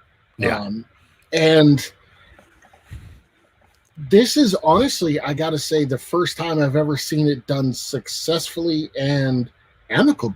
Amicably. Thank you. Yeah, so they were suing one another, to be clear. But they reached a joint settlement out of court. They were able to figure it out themselves, which is always the best way of doing things. And Dan Mendoza is retaining rights for his IP, Zombie Tramp, which is a lot of people don't know who Dan Mendoza is. I'll scroll down, they'll see his art, and then they'll know exactly. You'll know exactly who he is and who sees his art. He's been a cover artist on so many books that it's insane.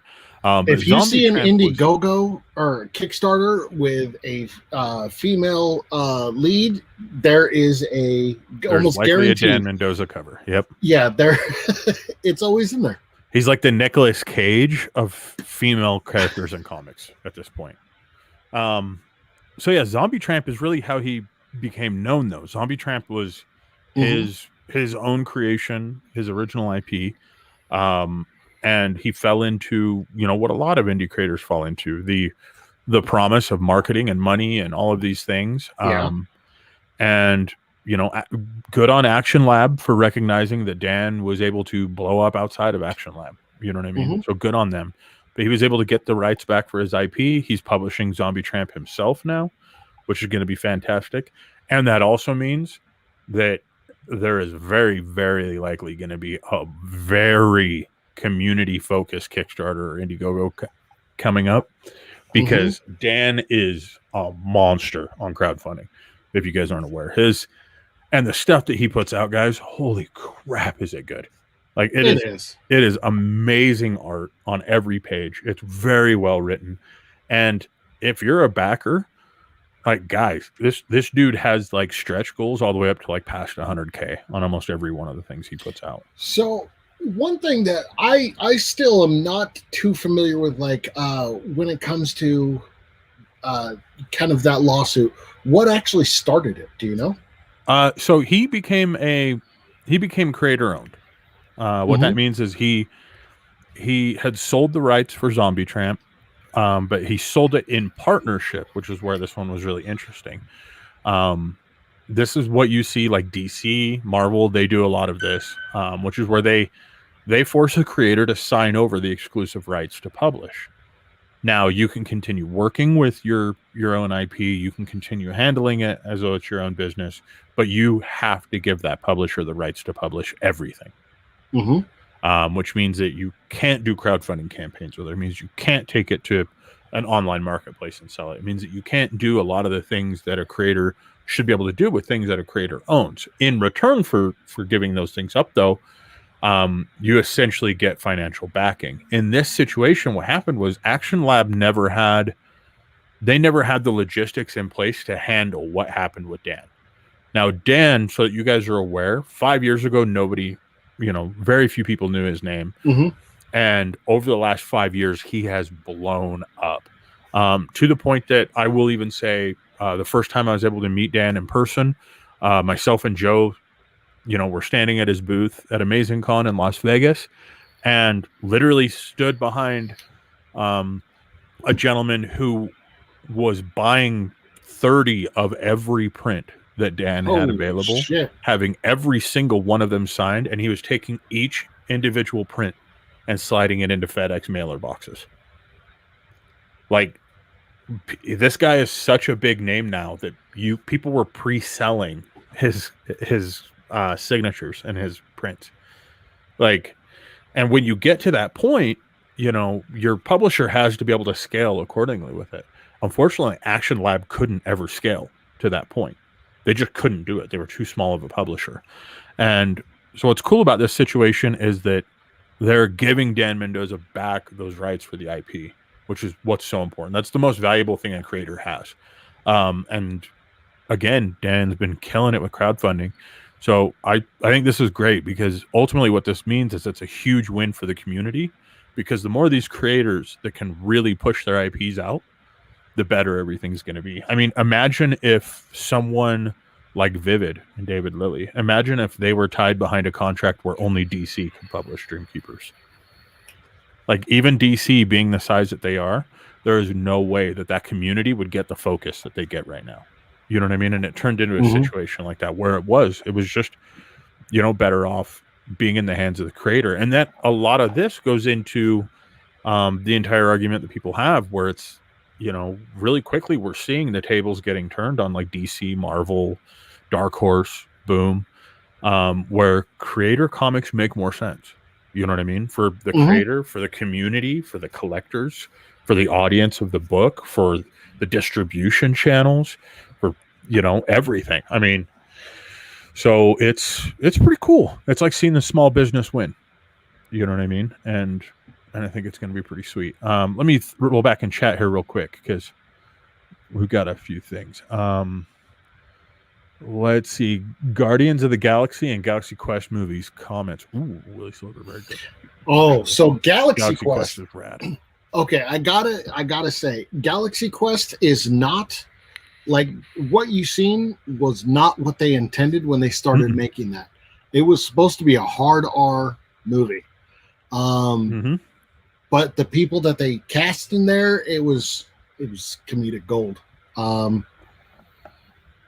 Yeah, I think that's still my favorite Tim Allen movie. Oh yeah, like hands down. He was so funny in that. Leslie comes on Facebook saying, "I'm not disagreeing with that. I'm just saying that I wasn't given much time to choose what we did. I think it was actually premeditated Star Wars night. Every night is a premeditated Star Wars night." I need that on a banner. Like as soon as you walk in my house, you see that. I think I might need that too, like a disclaimer. Warning. By entering this house, you are already approving this. Star Wars may and will be thrown in your face at any given moment.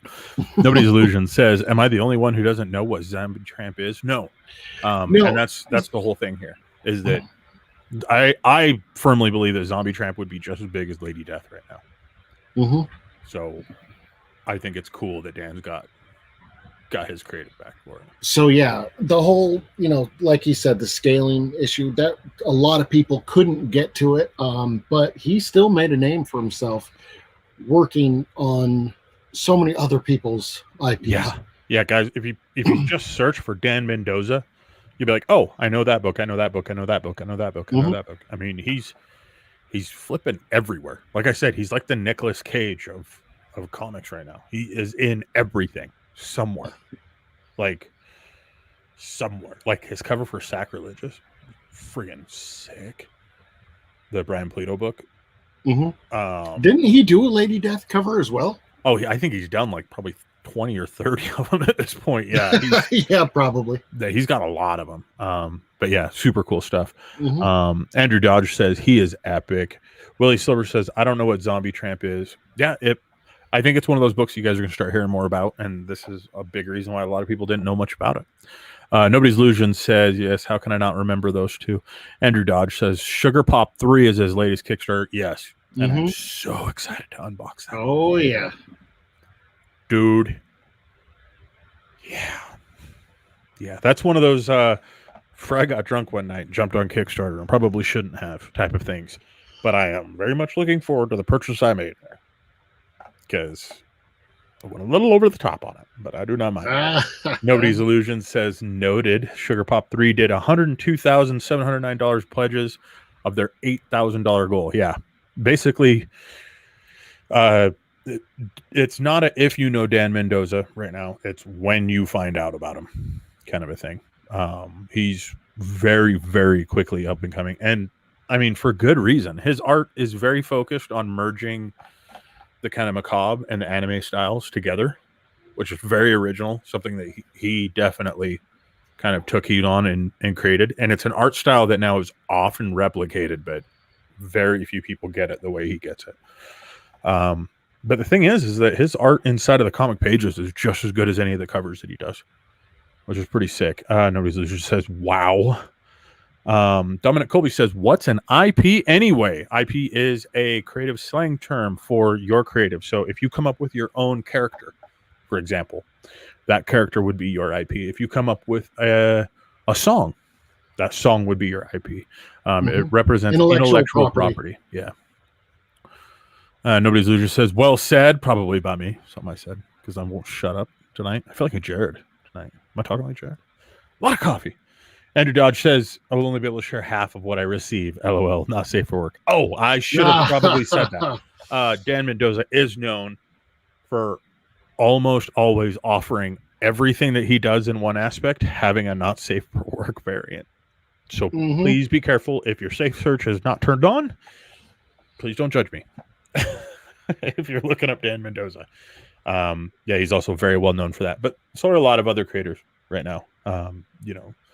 Not just Zombie Tramp, but I will say that on his Kickstarters and stuff like that, he does have the censored bars over everything. So yeah, I'm just letting people know that, because I had just said, hey, go Google him, and now I'm like, oh yeah, I probably should have done up a warning on that one. So next up in the news, Shang Chi. Did you watch it yet, Matt? So I haven't. I've been trying to get my kids to go with me, and I ended up watching the new Spirit Riding Free movie instead. Oh, okay. That's what happens when you got an 8-year-old daughter. Yeah, understood, dude. Understood. Wouldn't trade it for the world myself. So yeah, Shang-Chi is killing it.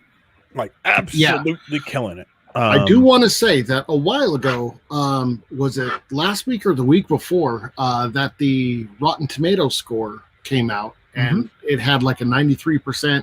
Yeah, and we were all saying there's no way that. Yeah, and I was like, I watched the show. I was wrong.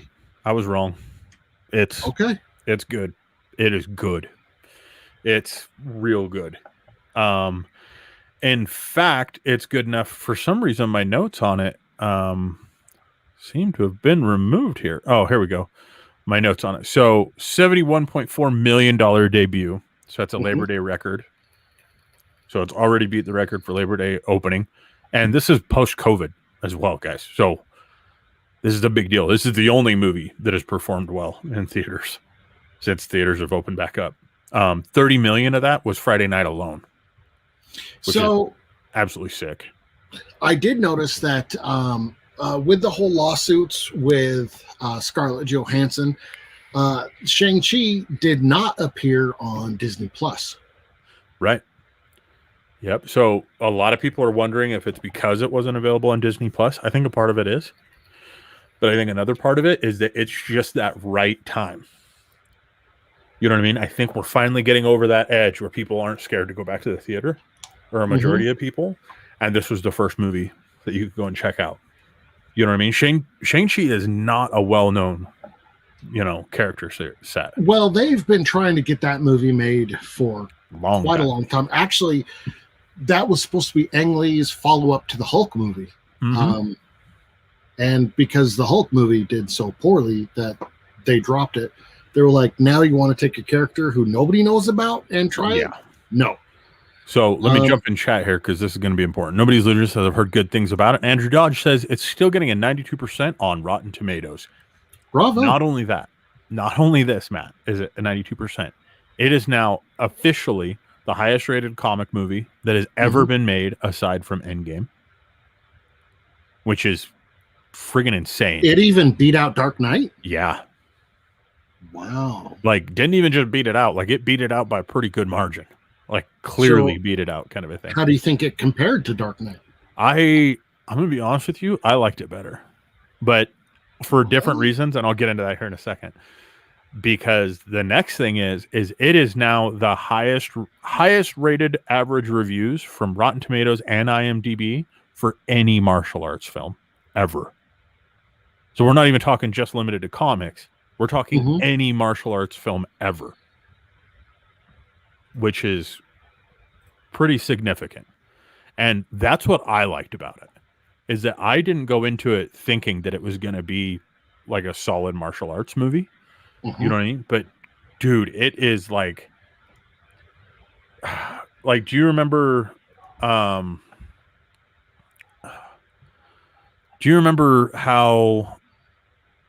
like the 80s movies, you had like Little China, you had like all these movies like that, and martial arts was always a focus of it. Mhm. Like, that's how this movie is again. But they did it in such a profoundly interesting way that it's fantastic, man. It Okay. really is Now, awesome. did they use like the wires like they did in Crouching Tiger, Hell Hidden yeah. Dragon? Yeah, Because I and didn't like that when it was so they over the didn't top. they didn't do it over the top though. They did it in ways that I mean, because they used like wires in Endgame and Avengers and stuff like Mhm. that too. They used it more closer to that than Hidden Dragon, but still more than Avengers and stuff. Okay. So it's unbelievable, but they make it believable in this situation. You know what I mean? Like Doctor Strange isn't believable, but Doctor Strange makes it believable. Mhm. You know what I mean? They kind of do the same thing. They took that little magic Okay. Marvel dust and sprinkled it all over this. So, for those of you guys who don't know, Shang-Chi in the comic books is master of martial arts, son of Fu Manchu. Which is He's interesting also, in the movie, but I don't want to. well, yeah. It nods respect to this in a very brilliant way in the movies. Okay. Like, He actually joined the Avengers and is the Mhm. guy who is responsible for teaching Spider-Man how to actually fight. So, yeah, and it's yeah, they do a great job. They do a great job. The only part I felt let down on was the secret ending, which everybody knows is going to happen now. So I don't even know why we refer to it as the Marvel secret ending. But you mean the after credit scene? yeah, that was the only time I felt kind of let down because it's weird. It's not like a normal one. You know what I mean? Was it? Come on, it couldn't be any more like weird than the original Avengers after credit scene where they're all eating shawarma. Yeah, it is. It's just as weird as that. A little bit Really? more, even. Yeah, almost like they did it as an afterthought.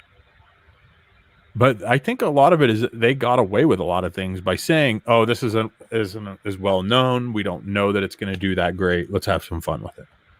But what I really like is like MovieHole.net is reporting now that Marvel is legit already lining up different properties that are lesser known properties to push out. Things like the Sabretooth standalone series is a part of this, which those of you who aren't aware, there is a really cool comic run where it's Sabretooth versus Deadpool. Mm-hmm. So I'm hoping that that's the direction they go with it. So I was actually reading an article recently about how Marvel, like in the executive boardrooms, how they decide who's going to, like, what movies they're going to make, what characters they're going to use and stuff like that. And I think it is so brilliant. I have never heard of a boardroom like of executives actually doing this. They go through the comics and they're like, this dude is interesting. I want to see a movie made of this one. And if somebody else says, yeah, I agree, then they make the movie. Then where's my damn Gambit movie? That's what I want to know. Dude, you guys have no idea, man. I was hyped for that idea. For Channing Tatum to play Gambit, let's roll, baby. Let's roll. I feel like I speak on behalf of all Cajuns in saying that that's something we needed. So let's see. Next up here, we got I got us all out of order here. My bad. So we got the Blade series. So yeah, the Blade movie. So recent announcement, just that everybody's aware, is Blade will not be following Marvel's canon, which really pisses me off. Well, it all depends. Okay. Are they going to have a good original story to tell or not? I don't know. I mean, let's be honest. They don't always have to follow the comics for it to be a good story. No. It just traditionally hasn't happened yet. But Blade is such a fantastic story. Like, they better really believe in this script that they've got to think that it's going to beat out like the original Marvel, books, especially with like Morbius coming in, the full MCU multiverse, all these other things that we know are coming. Like, it better fit, man. It better really fit. So, you know what? Like, I'm still down with it if they want to like tell a good original story, but I do like the comic references. I like the comic nods. What If is packed with them that I've been just like giddy over ever, since they first came out. Well, and with that's our next topic on the news. So let's bring that up. Oh, yeah. Because this goes right into what you're talking about. So yeah, Marvel is so happy with the performance of the What If series, and you've done some really cool reviews on this that everybody can check out on your YouTube channel. Hint, hint, wink, wink. And while you're at it, you should maybe like, subscribe, hit the little bell notification when we go live. Ooh, yes. Yeah. So speaking of the What If series, though, we've been doing reviews and stuff like that. Let us know in chat if you want us to keep doing those. Yeah, comment on those videos, guys, so that we know. That's the only way we can tell. So yeah, Marvel Studios, as you guys can see, is planning multiple new animated series following the debut of What If. And so everybody kind of knew this was going to be coming. Like, What If is performing really well. Of course, Marvel wants to do more animated shows. But here's where this gets saucy, is that it was unveiled today that AC Bradley himself is currently hinting that there's going to be a crossover event with Star Wars. We don't know if that's going to be in the What If universe or series of universes. We don't know if it's going to be on the Star Wars side. But we do know that AC Bradley himself is working on a crossover event between Star Wars and MCU. 1 second. My twins are going to... I gotta... My friend wants me to do a cyber thing for Halloween, so I've been practicing. Yeah. Oh, that works. Malia helped me with my look. All right. Everybody tell the kids that the makeup looks bad. Give me a hug, Steven. Trying to give you a backwards one. So Andrew Dodge states after 45 days on October 18th, you'll be able to catch the movie on Disney Plus. That is true. So if you guys aren't checking it out in theaters, and I expect another large influx coming in at that point, and people will watch the movie. And Nobody's Illusion says, "Ooh, that's awesome. I've heard good things, but I've yet to see it. I don't have Disney Plus." Borrow somebody's login. Not that we would suggest something like that. So, Star Wars and the MCU crossover. My fangirl is showing. I'm just saying. I'm trying to picture a fight between Wolverine and Luke Skywalker. I want to know, can adamantium hold up against a lightsaber? Well, if what is that armor that the type of metal that the Mandalorian has? Mandalorian? Yeah. Well, maybe, but that's not adamantium. True. You know what I mean? And if so, if adamantium can, does that mean you could make a sword out of vibranium that would be able to cut through a lightsaber at that point? I'm just saying. And I'm just picturing Cyclops becoming a stormtrooper, not being able to hit anything. I mean, he barely hits anything as it is. That'd be perfect. All right, come on, everybody in chat. If you guys are artistic, we need a rendition of a Cyclops stormtrooper at this point now. Yeah, actually, yeah. And speaking of Cyclops, on to the next news article here. X-Men is killing the 90s character costumes. And this one's like kind of crazy because we're diving into a little bit of rumors here, guys. But the rumor mill on social media is noticing really quickly that a lot of the artists, certain people that have difficulty drawing feet, for example, are extraordinarily quiet about this transition that Marvel's taking with X-Men. And X-Men have always had these 90s outfits. I mean, well, since the 90s, obviously. But it's so much a part of the canon of that series that they were used in the movies. It was mocked in Deadpool. You know what I mean? However, they're moving away from it. Like, Cable's got bullet pouches and, things like this. Well, they finally explained why all the pouches. in the comics. And the in-canon reason was bullets. And if you look at someone like Cable with millions of guns at his disposal, it does make sense that he would have to have a ton of pockets for bullets. Perhaps, yeah. But what's interesting is that none of these creators are commenting on any of this, even when asked directly about what's going on, which is leading the rumor mill essentially on social media to start thinking that perhaps they're all in on it. That perhaps what Marvel is doing is they're going back to the drawing table, so to speak, with the original artist. And they're saying, how do we make the X-Men right?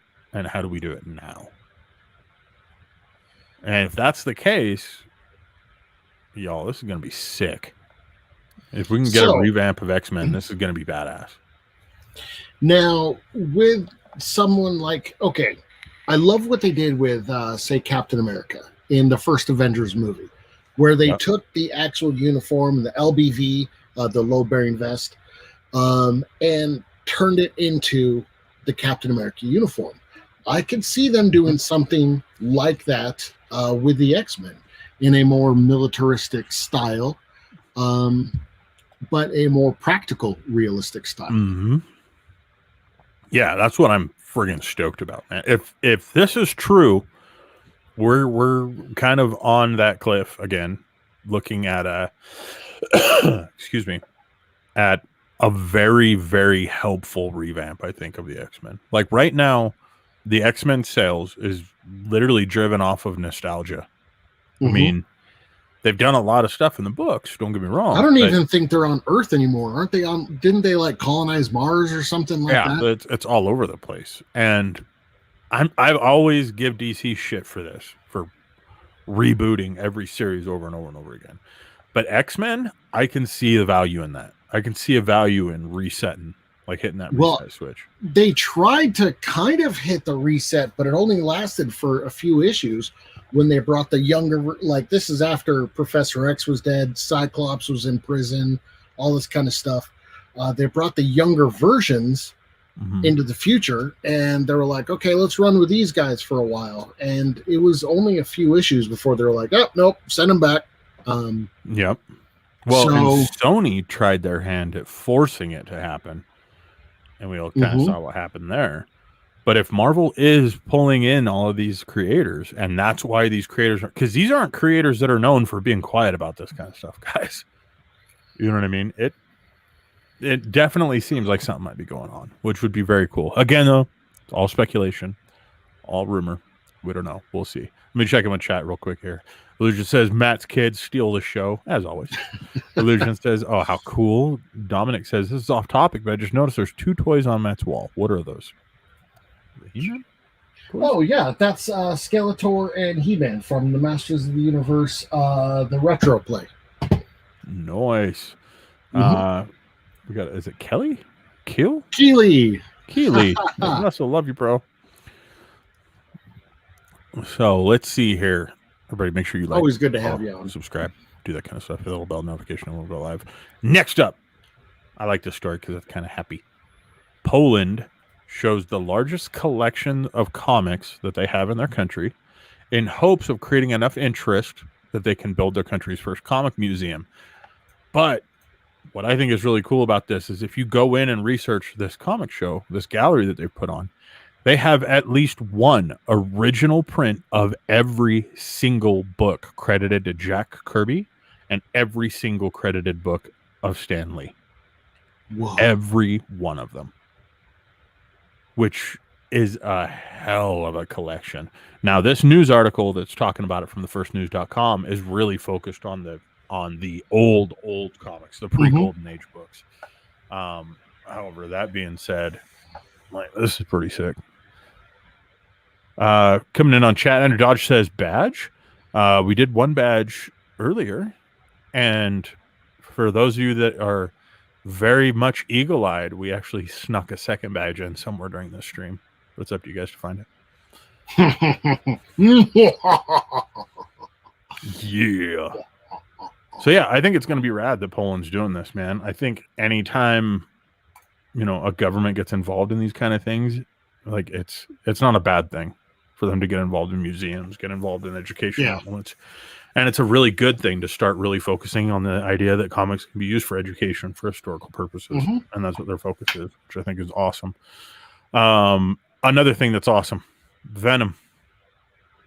Oh, yeah. So the new Venom movie is coming out, or as some people are just referring to it as Carnage at this point. Like people are forgetting that it's even a Venom movie. They have actually moved the release date forward by 2 weeks because of how well Shang Chi is doing right now, which tells you a lot about the industry. Didn't they just move it back 2 weeks, like a month ago? They moved it back 3 weeks. Yes, 6 weeks ago. Oh my God! Just pick a date and stick with it. Yeah. So that's going to cause confusion. Secondary to that, it's officially gotten a rating now, which is PG-13. Which has a lot of people upset. A lot of people are pissed off because it's a Carnage movie. You know what I mean? Like it's a Venom movie featuring Carnage. And for those of you who aren't aware, Carnage is a very violent character inside of the comics, and so people wanted to see it. I remember like Maximum Carnage and everything. Oh, that was such a great series. Also, great Super Nintendo game. If any of you guys get the chance to play, it was epic. It was a side scroller. Now, another thing with this, though, like this is a big week for Venom, is Tom Hardy today was quoted in saying that there will be a Venom 3. They're already in pre-production on it. Good. Well, so I don't think it's a big surprise. I mean, there's such a huge following from Venom. Yeah. Like they're gonna have. I mean, unless this Venom absolutely bombs, and then they cancel. Like, nah, we're done. We're going to get a Venom 3. That's not a question. So there's some really cool stuff though that eagle-eyed comic fans are starting to bring attention to. That shows that they are very much focused on the comics with this Carnage movie, and namely a lot of stuff that's inside of the trailer, such as. Venom still says we are Venom. You know what I mean? And for those of you who do not know, there's an importance of that. What it is originally Venom was created to be the black suit for Spider-Man. And then it became a symbiote and became all these things to explain, you know, what it was actually created by a fan. Yeah. And the thing is that in the comics, it's canon that the suit itself, the symbiote, Venom, falls in love with Spider-Man in a way that he wants to be with Spider-Man. And Venom moves away from that, you know, finds Eddie and does all those things, but is using Eddie to get back to Spider-Man eventually. And so the term "we are Venom" rather than "I am Venom" was always done because they wanted to make sure that readers understood that the Venom character was not tied directly to Eddie, that it was its own character. And so I always thought that was great that they included that in the movies, even though they didn't push it that far. But people are noticing that in the new trailer, Carnage actually refers as "I am Carnage" rather than "we are Carnage." And that's kind of showing people, like, because Carnage was a totally different character. Carnage didn't give a crap who it was, you know, who the symbiote was attached to, and was dramatically more violent about everything, more self-sufficient, more self-contained. Oh yeah, and more powerful. Well, if I'm not mistaken, in the comic lore, Carnage, the actual symbiote, was actually driven insane by Cletus Cassidy as well. So that kind of pushed everything out, and it kind of started taking on Cletus Cassidy's darker traits. And hey, now that we can do whatever and nobody can stop us, let's go kill everything. Yeah, and goes nuts.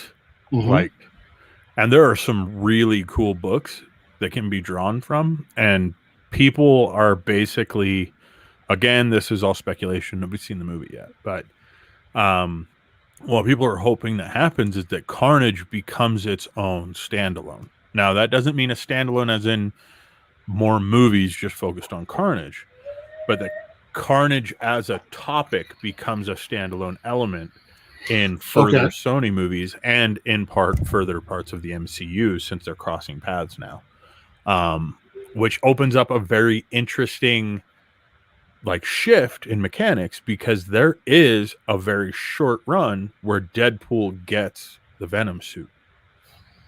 And a lot of people now are thinking that what they're doing is that Sony is playing the long game, because all of the Ryan Reynolds advertising lately has been focused around how is Deadpool trying to get into the MCU. You know what I mean? The promotional elements for Fall Guy, all those kind of things. Oh, that was classic. Yeah, and very clever. Very clever. But outside of that, we know that it's comic canon for Deadpool to do three things that basically shook up the entire universe. And those three things are, one, which I just talked about, he gets the Venom suit in one set of storylines. Well, another one, he kills the entire Marvel universe. Yes. The other one is that he kills the entire Marvel universe. And the third is that he is the only character that is not a hero that has ever carried Mjolnir.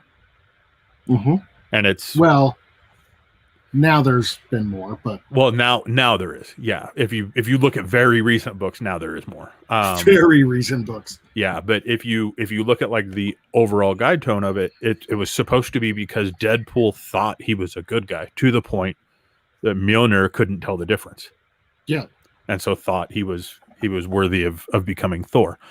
So what people think is happening is they think they're setting up Deadpool to essentially get the Venom suit and have that tie into the multiverse to have his introduction into the MCU, and then have him obtain Mjolnir and switch multiverses in order to stay in the MCU.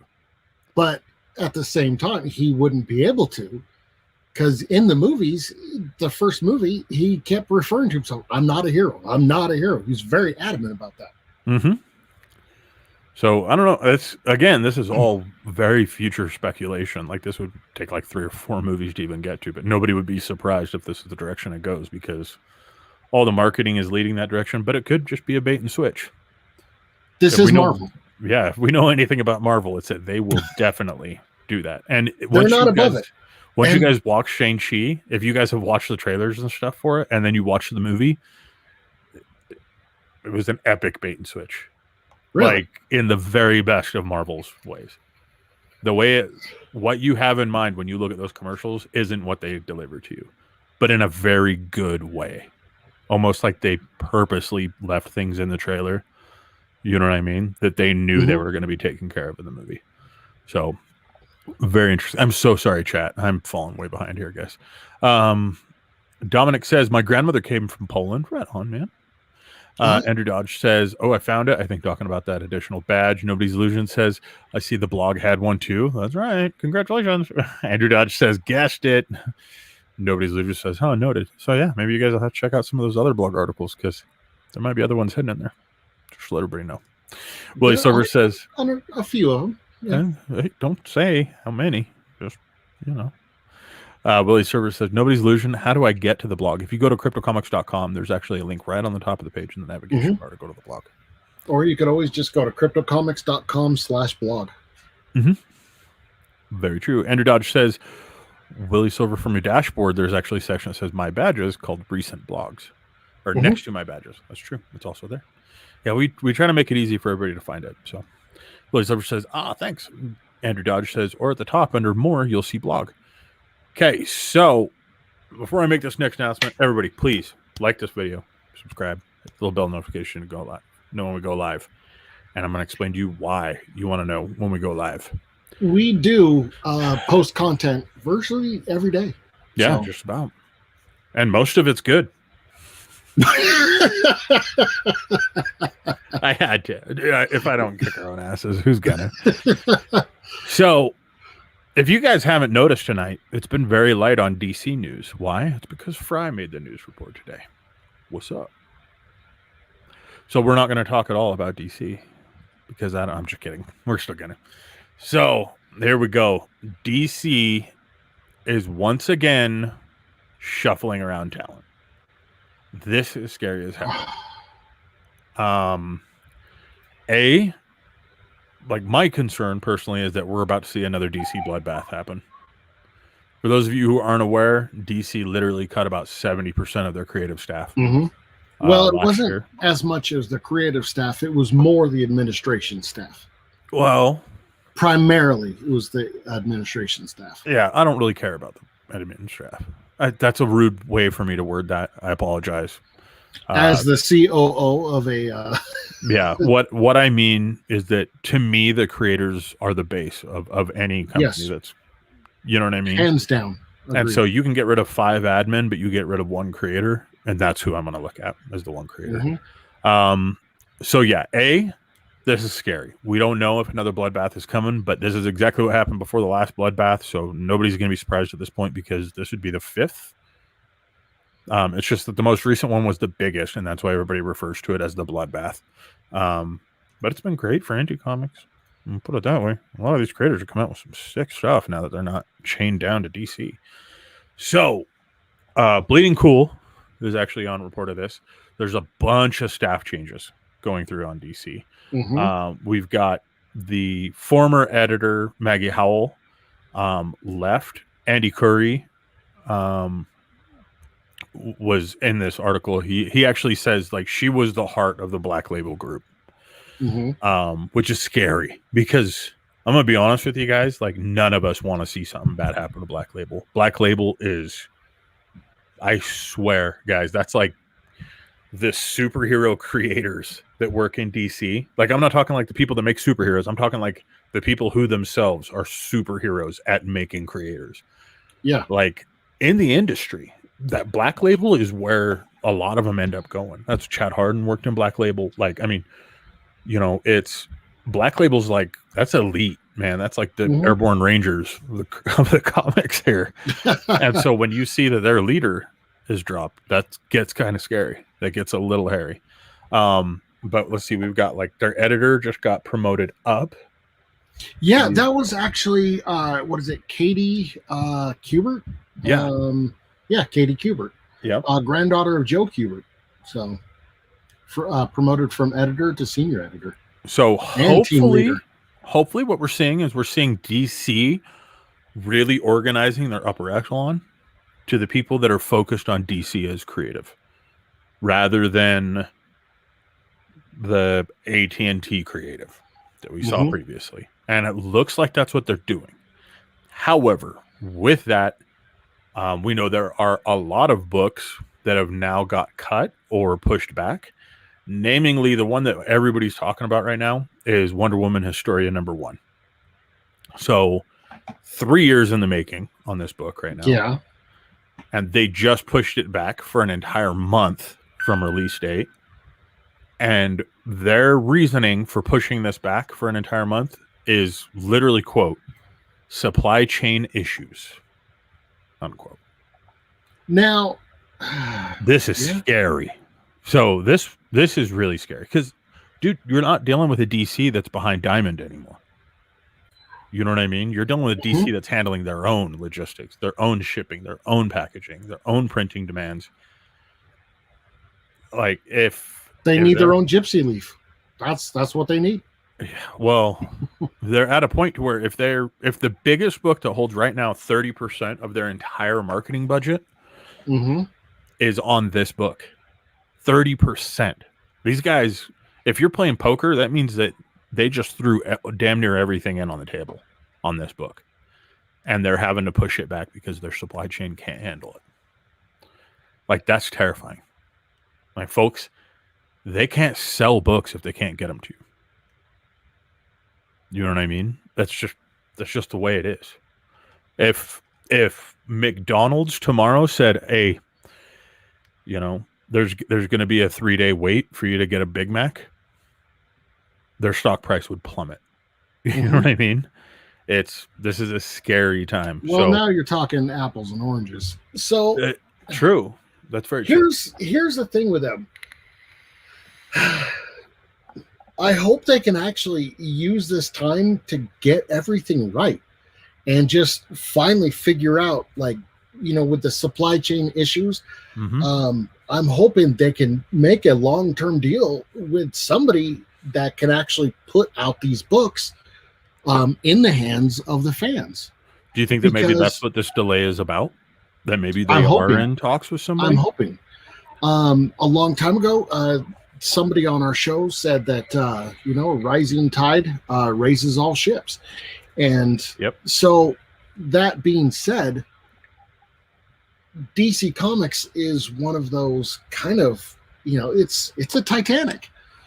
We need it to sail in order Yeah. for all these other ships to keep going. This is Very true. I don't want it to sink. So I don't think anybody does, really. I mean, I'll be honest with you, man. Like, Wonder Woman Historia is like the first DC title I've actually looked forward to in a really long time. they've had some really good titles come out recently, like the Three Jokers. I know it got a lot of flack, and I do like the fact that it wasn't a canon book. Mhm. It was its own Elseworld story, so it made sense to kind of do what you want. It was a Mhm. good, well-written story, well drawn. This Wonder Woman Historia, same thing. Phil Hernesta, I believe, Mhm. is the artist. It's been working on Wonder Woman for, I've seen his Well- work for a long time on Wonder Woman. And they're the only creator that started on Wonder Woman Historia that is still under contract for DC. That's how long this book has been being Mhm. worked on, guys. Like, that's unheard of. You know what I mean? That is absolutely unheard of. But that being said, I don't want to report on this and say that, like, oh my God, DC's screwing up again. Like, we're just seeing some scary stuff come in, but we're also seeing something that's really exciting. And yes, I just said DC's doing something that's really exciting. Oh, here we go. Yeah. So Andrew Dodge says Mhm. James Tynion announced he's stepping away from DC Comics. Yep, we talked about that 2 weeks ago. Yeah. And we'll do creator-owned books for Substack. Yes, sir. Yep. And, DC's taken a bunch of hits with that. That being said, keep in mind that James Tynion is a writer, which means that you are going to still see James Tynion books released under Black Label and released under DC for months from now because they're still in production. You know what I mean? The writer almost always is the first person to work on a book and the first person to be finished working on a book. A lot of times, especially with large format print like this. Well, that's why you also get writers working on like 10 different books at once versus an artist who will work on one, maybe two books. Just because of, you have to put out a page a day, Monday through Friday, sometimes even on Saturdays, in order, whether you're a penciler, an inker, a colorist, it doesn't matter. That's your timeline. Yeah. And the writer frequently will be a year and ahead of ours. So I wouldn't be surprised if next year we're still seeing Tynion books that are getting released. Keep in mind, DC is very strict about their contracts. Anything that James Tynion has worked on while at DC and while collecting a paycheck from DC has right now. So, I mean, not only are you going to see books that he solely written, you're going to see a lot of books that were ideas that he had for DC to do. That's not necessarily a bad thing, by the way. No, that's what I'm saying. I think that's what DC needs, is they need a lot of creative talent like that in their pocket in order to kind of sustain this kind of drought that they're going through right now. You know what I mean? think they need to just open it up to non-exclusive contracts, because I think that's what's killing them. I think that's what's killing the entire industry. Yeah, where all these like, hey, I'm this big creator, I'm a writer, I'm an artist, or something like that. I want to go indie, so I have full control. Well, if they signed a non-exclusive deal with DC, go do that. Go have creative control. Still stay with us so you can have a paycheck, but go explore your creativity. I think that's what DC needs to start looking at, and forget about, and I know everybody is like, no, we want those exclusive deals from back in the, 90s with Marvel and DC fighting over everybody. Let them just do their thing. Let them go. Yeah. So here's the next thing that's up that I think DC is doing great with. A lot of you guys in chat, you guys met us during the DC Fandom Live event. And DC has announced that it is returning. So what does that? Well, here, let me do this. We have a trailer we can show. Let me do. Good Lord. Let me open up this trailer, if it will let me. How long is this trailer? Not too long. Oh, okay. Let me see here. It is not letting me open it the way I had expected to. So if you guys can just give me 1 second here.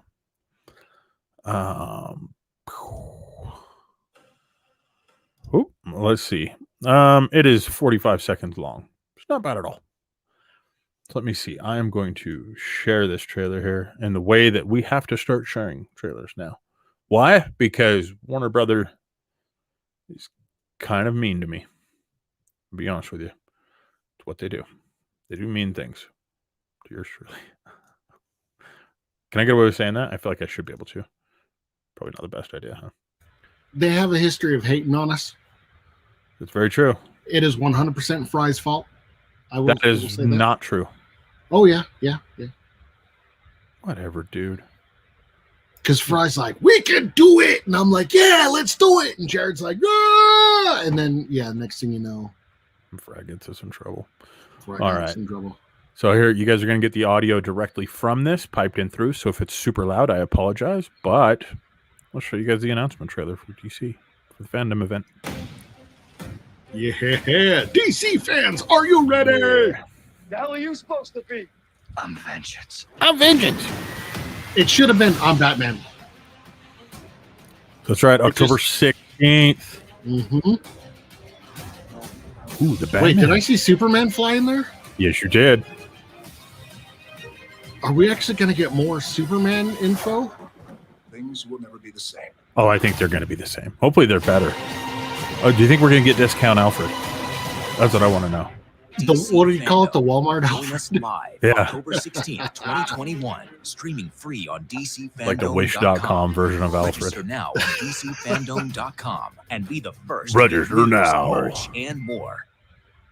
So, yeah, clearly, Okay. everybody's like, so what the hell does this mean? This means that we are going to do, and probably make it an annual thing now, we're going to do a stream event where we are going to go through and we're going to showcase everything that DC fandom Now, has to show. The good thing is this one isn't 12 hours long, though.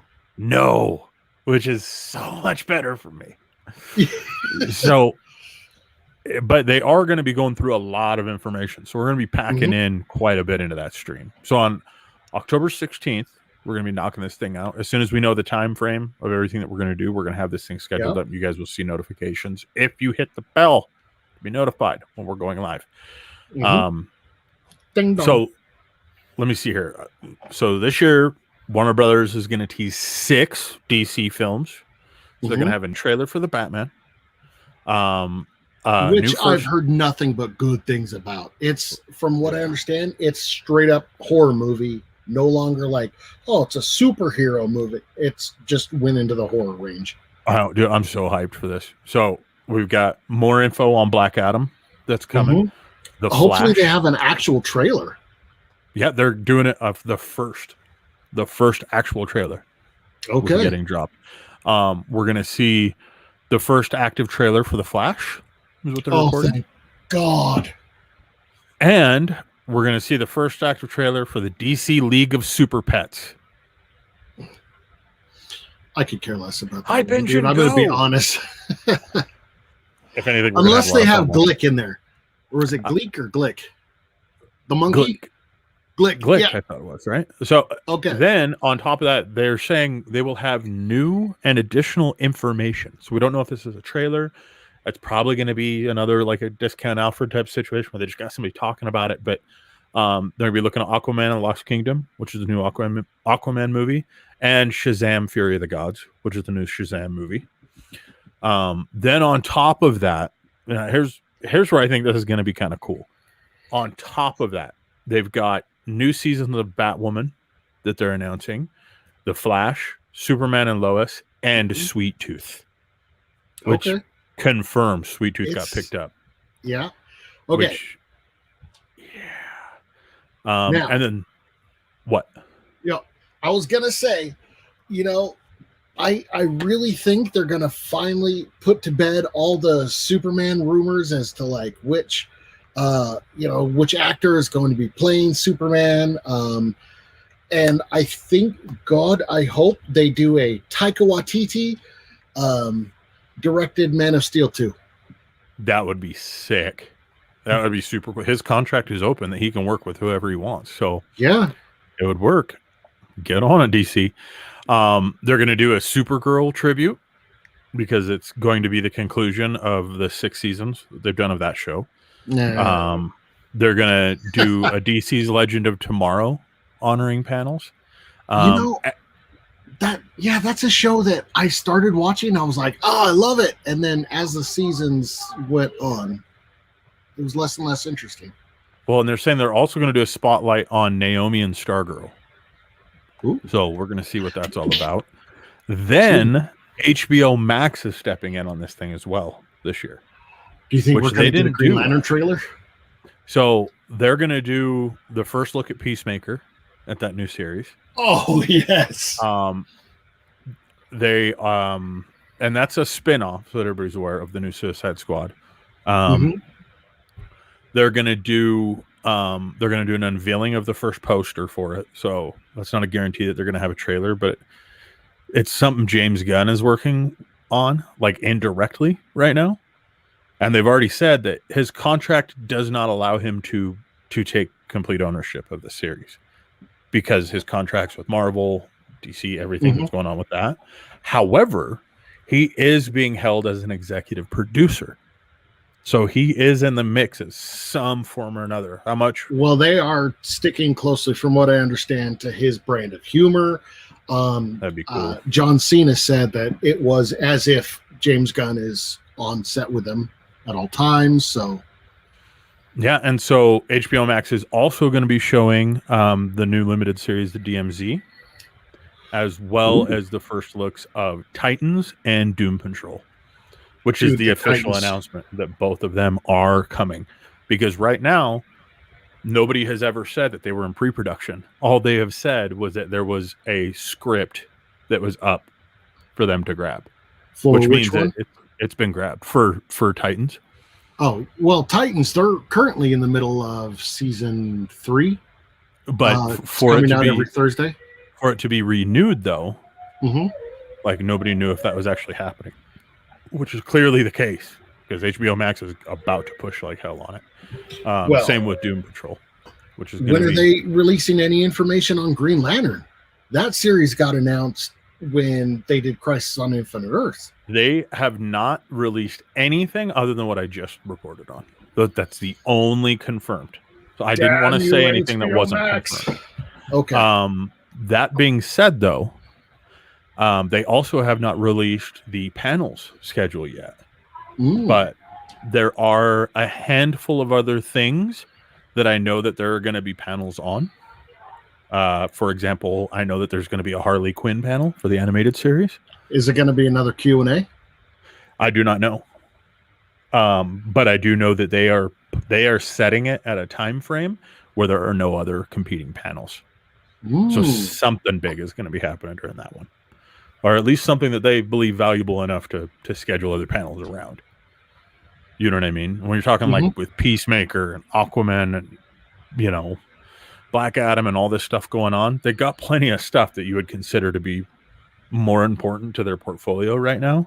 So it's very interesting on whatever they've got going on with that. Secondary to that, we know that they are going to be doing actual like chat interaction during some panels. Oh, which is super cool. The Lord. Okay. Yeah, which I think will be badass. So do you think DC watches us and is like, wait a second, they might be onto something when they keep telling us? Well, I don't need the chat interaction. Powder Moon knows on stream here, but we know they watch us. We just don't know how tasteful it is. How do I know they watch us? Because they give me copyright strikes every time I share something. And I could put up Batman's cowl and they try to warn me that they're going to sue me. So Yeah, so let's see here. Checking in on chat real quick. Nobody's losing. You're going crazy in here. Illusion says, "Ooh, cool. DC Fandom 2021. Let's go. Awesome. We're gonna go full circle. Oh yeah, we're gonna go ham on this one too. Mhm. Illusion, I promise you, we're gonna have so much fun. I've even already told Jared that he has to be there. So it's gonna be So- nuts. We'll bring the pain.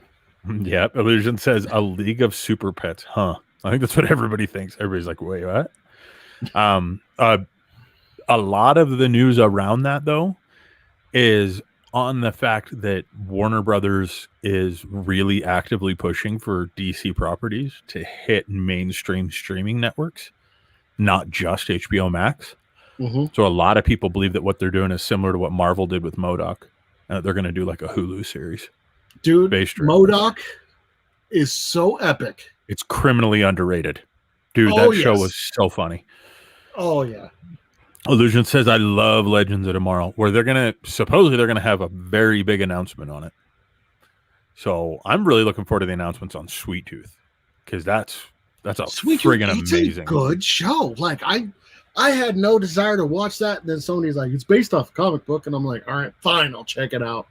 And me and my son sat down to watch it, and we've been glued. Yeah, dude. That thing is awesome. I always thought it looked like the weirdest comic when I saw it. Yeah. And I've got like 5 or 6 friends who were like, Frey, you got to read this book. You got to check this out. And I never did. I didn't.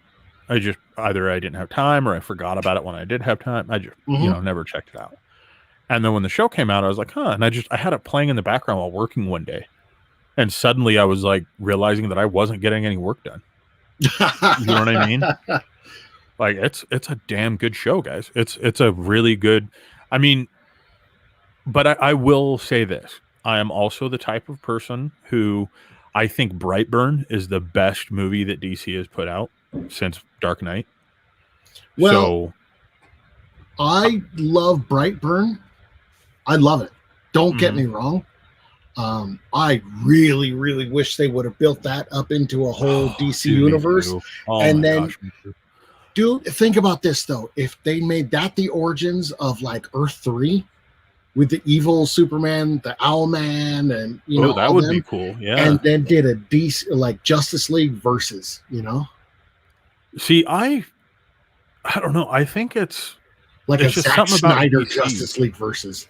Like I tend to gravitate and enjoy the things that DC more of the fringes of DC. Yeah, like the stuff that they keep their damn hands out of, which I know sounds ridiculous, but it's like the more that DC gets involved in a character or in an IP, the less I tend to like it. And I don't know if it's just subliminally because I know it's like overproduced and Well, that's why I love Zack Snyder's Justice League, and I loved the Suicide Squad.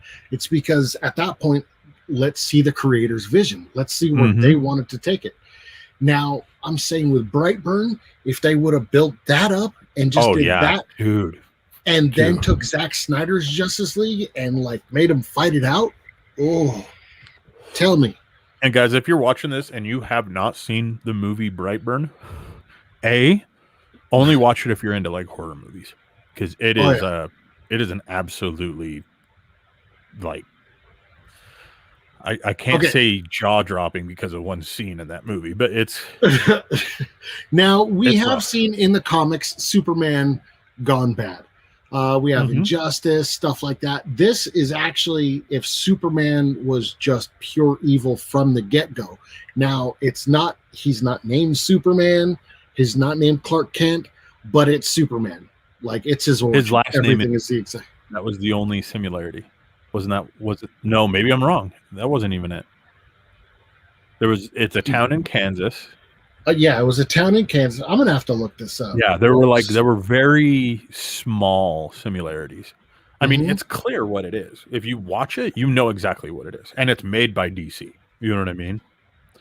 But DC was so skeptic about actually putting the Superman branding on things because they didn't want it to erode the heroic Superman. Breyer was their last name. The main character was Brandon Breyer. The mom, who was the Martha Kent, was Tori Breyer. Yeah. Yeah, but the storylines fit up perfectly. It's, alien baby raised by the farmers. You know what I mean? All of a sudden has superpowers. But yeah, it's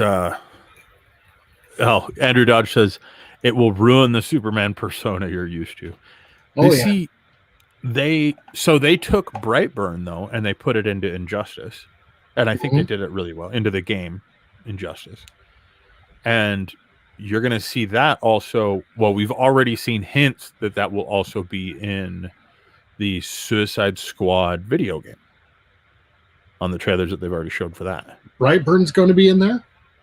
Not Brightburn, but the evil Superman. Oh, okay. But it takes directly from Brightburn the way they showcase it in the trailer. You know what I mean? The way, like, the eyes start glowing red. You know what I mean? All that kind of stuff. So Dominic Colby comes on Facebook. All right, thanks for cheering me up, guys, but I got to call it a night. Oh, right on. Good night, Mr. Colby. Andrew Dodge says it does follow DC's trend of keeping things dark. Yes, it does. Well, there's dark and then there's Brightburn. So, yeah, which is funny because the name is Brightburn. But it was the darkest damn thing. Yeah, if you don't like horror movies, don't check that out. But if you do, if you like a good scare, check it out. It is gnarly. But yeah, that being said, we are up almost at 2.5 hours. We got to call this a night, y'all. So thank you, everybody, for watching. Please make sure to like, follow, subscribe, hit the little bell notification to know when we go live. We appreciate you so damn much. Share this out on social media. Yes, if you haven't signed up for your own account yet, go to cryptocomics.com/signup. Get your free account. There's so much stuff in there. We do so much stuff and plenty of giveaways. And that's the only way you're going to be able to get your badges is to have an account. So, yep. Amongst other things in the future. All right. That being said, everybody have a great night. Thank you guys for joining us. Yeah. See you in the funny pages. See you in the funny pages. You haven't said that in a long time. I say it every time. I don't think you do. Someone doesn't pay attention. Maybe not.